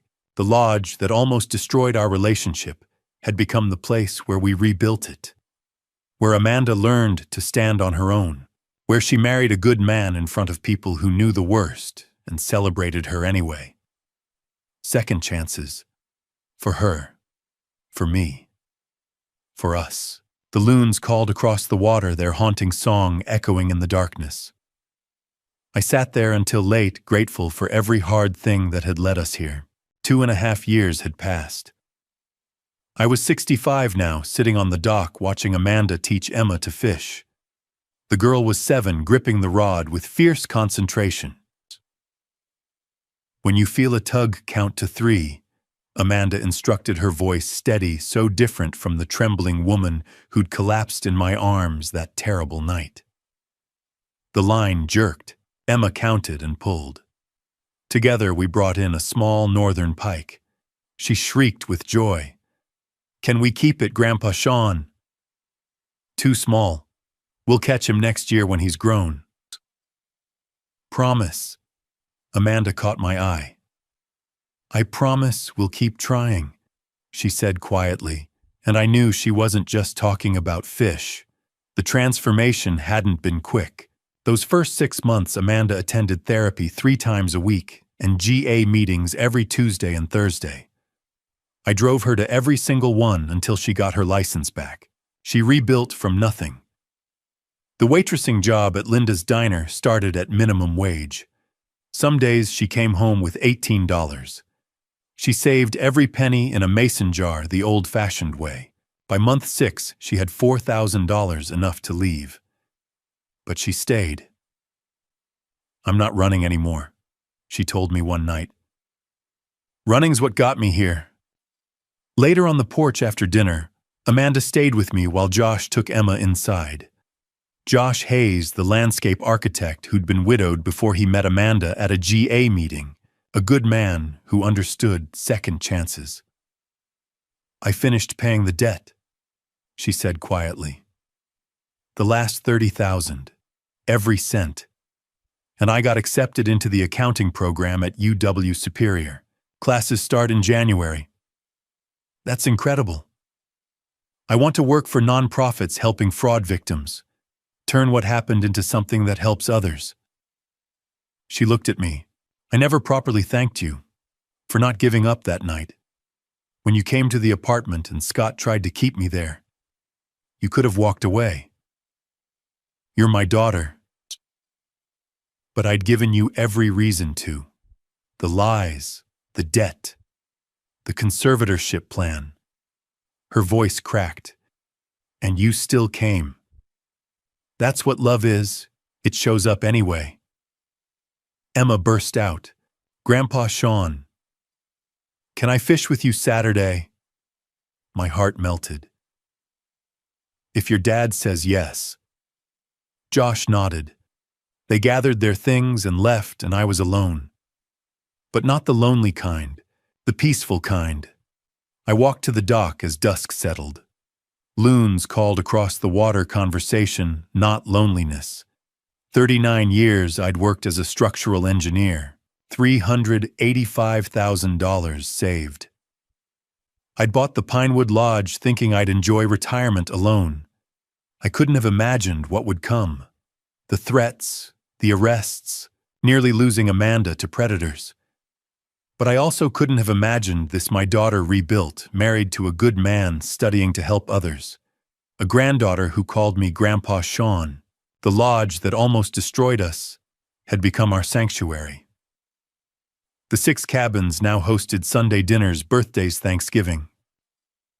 Guest cabin 3, where Amanda lived during her darkest months, was Emma's favorite place to play.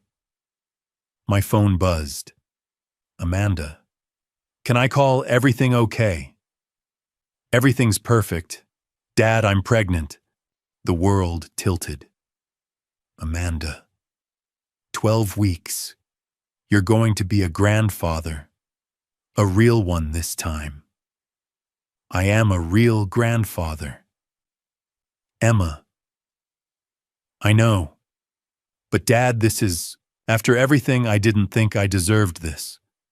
You deserve it. You've earned it through every hard choice, every therapy session, every honest conversation. If it's a girl, we want to name her Grace, because that's what you gave me when I didn't deserve it. I couldn't speak. Josh calls it Grandpa Sean's dock baby, says she'll come out holding a fishing rod. I laughed, wiping my eyes. I love you, sweetheart. Love you too. See you Sunday. Sunday, every Sunday. After we hung up, I stood on the dock until full dark. Stars emerged. An eagle called. Grace. I thought about the bridges I'd built over 39 years, structures carrying thousands of people every day. I'd been proud of that work. But the bridge back to my daughter, built one conversation at a time, one choice to show up when it would have been easier to walk away, that was the greatest thing I'd ever engineered. Tomorrow morning, Emma would arrive with her fishing rod and 1,000 questions. We'd sit on this dock and cast lines into water that held northern pike and hope. She'd ask about loons and eagles. I'd answer grateful for every moment. In a few months, Amanda and Josh would bring a newborn here. Maybe Grace. This place I'd almost lost would cradle one more generation. The lodge lights glowed behind me. Sunday would bring everyone back. Saturday would bring Emma. I'd spent a lifetime building things meant to last. Now I understood the things that truly last aren't made of concrete and steel. They're made of grace extended and trust rebuilt, of Sunday dinners and fishing lessons, of second chances and as many chances as love requires. Tomorrow Emma would come. We'd cast our lines into the water one cast at a time, making up for all the years I'd missed with her mother. One cast at a time. That's how you build anything worth keeping. I'm Sean Miller, 65 years old, standing on a dock I almost lost to family betrayal I didn't see coming because I was measuring bridge stress loads instead of measuring the weight my daughter carried alone. Here's my advice. Don't be like me. Don't bury yourself in work when your family needs presence, not paychecks. Don't mistake silence for independence or pride for strength. I spent 39 years building financial security at my drafting table while my daughter built walls I couldn't see through, walls constructed from grief I never helped her process after her mother died, until predators like Roger Taylor and Scott Anderson turned those walls into weapons and my silence into their opportunity. Grandpa stories like mine happen because we ignore red flags. We're too uncomfortable to confront sudden marriages to strangers, urgent money requests framed as investments. Personality changes we explain away as stress. I saw all three with Amanda. I said nothing. That silence cost her $183,000 in manufactured debt and nearly cost us everything that mattered. The hard lesson. Family betrayal often starts with isolation we create ourselves. Con artists don't attack strong, connected families. They create weak, disconnected ones first. They identify the cracks, unresolved grief, loneliness, financial desperation, and pry them open. By the time Amanda knocked on my Milwaukee apartment door that October morning, she'd been isolated and manipulated for 2 years. And I didn't even know because I'd been too busy being proud of my financial discipline to notice her drowning. God gave me a second chance I absolutely hadn't earned. When I could have turned my back on her desperate plea for help and the overwhelming debt. Something deeper than my anger. Maybe grace. Maybe the ghost of the father I should have been made me investigate. Not to rescue her from consequences or enable her addiction. To stand beside her while she faced those consequences and to dismantle the criminal system that had been exploiting her vulnerability. I've restructured the narrative viewpoint and bracketed variable content. You must modify bracketed elements for each video to prevent spam flagging. These grandpa stories matter because family betrayal through organized fraud isn't an anomaly anymore, it's an industry. 19 families across 4 states. Roger Taylor's network alone stole over $1 million. If sharing my failures as a father helps one person recognize the pattern before they lose everything, before their child loses everything, then maybe those 39 years of emotional absence weren't completely wasted. Thank you for walking this entire journey with me to its end. Drop a comment sharing your perspective. What would you do if faced with Amanda's impossible choice or a similar family crisis? I genuinely want to hear your thoughts and learn from your experiences. If this narrative resonated with you emotionally, consider subscribing so you won't miss future stories that matter. Quick note: while inspired by real fraud patterns and family dynamics documented in federal RICO cases, certain elements have been dramatized for storytelling impact. If this content doesn't align with your preferences, feel free to explore other videos that suit you better. Tomorrow morning, Emma comes fishing. She'll ask about loons and eagles, and I'll answer every question, grateful for every moment. One cast at a time, that's how we heal. That's how we build bridges that last.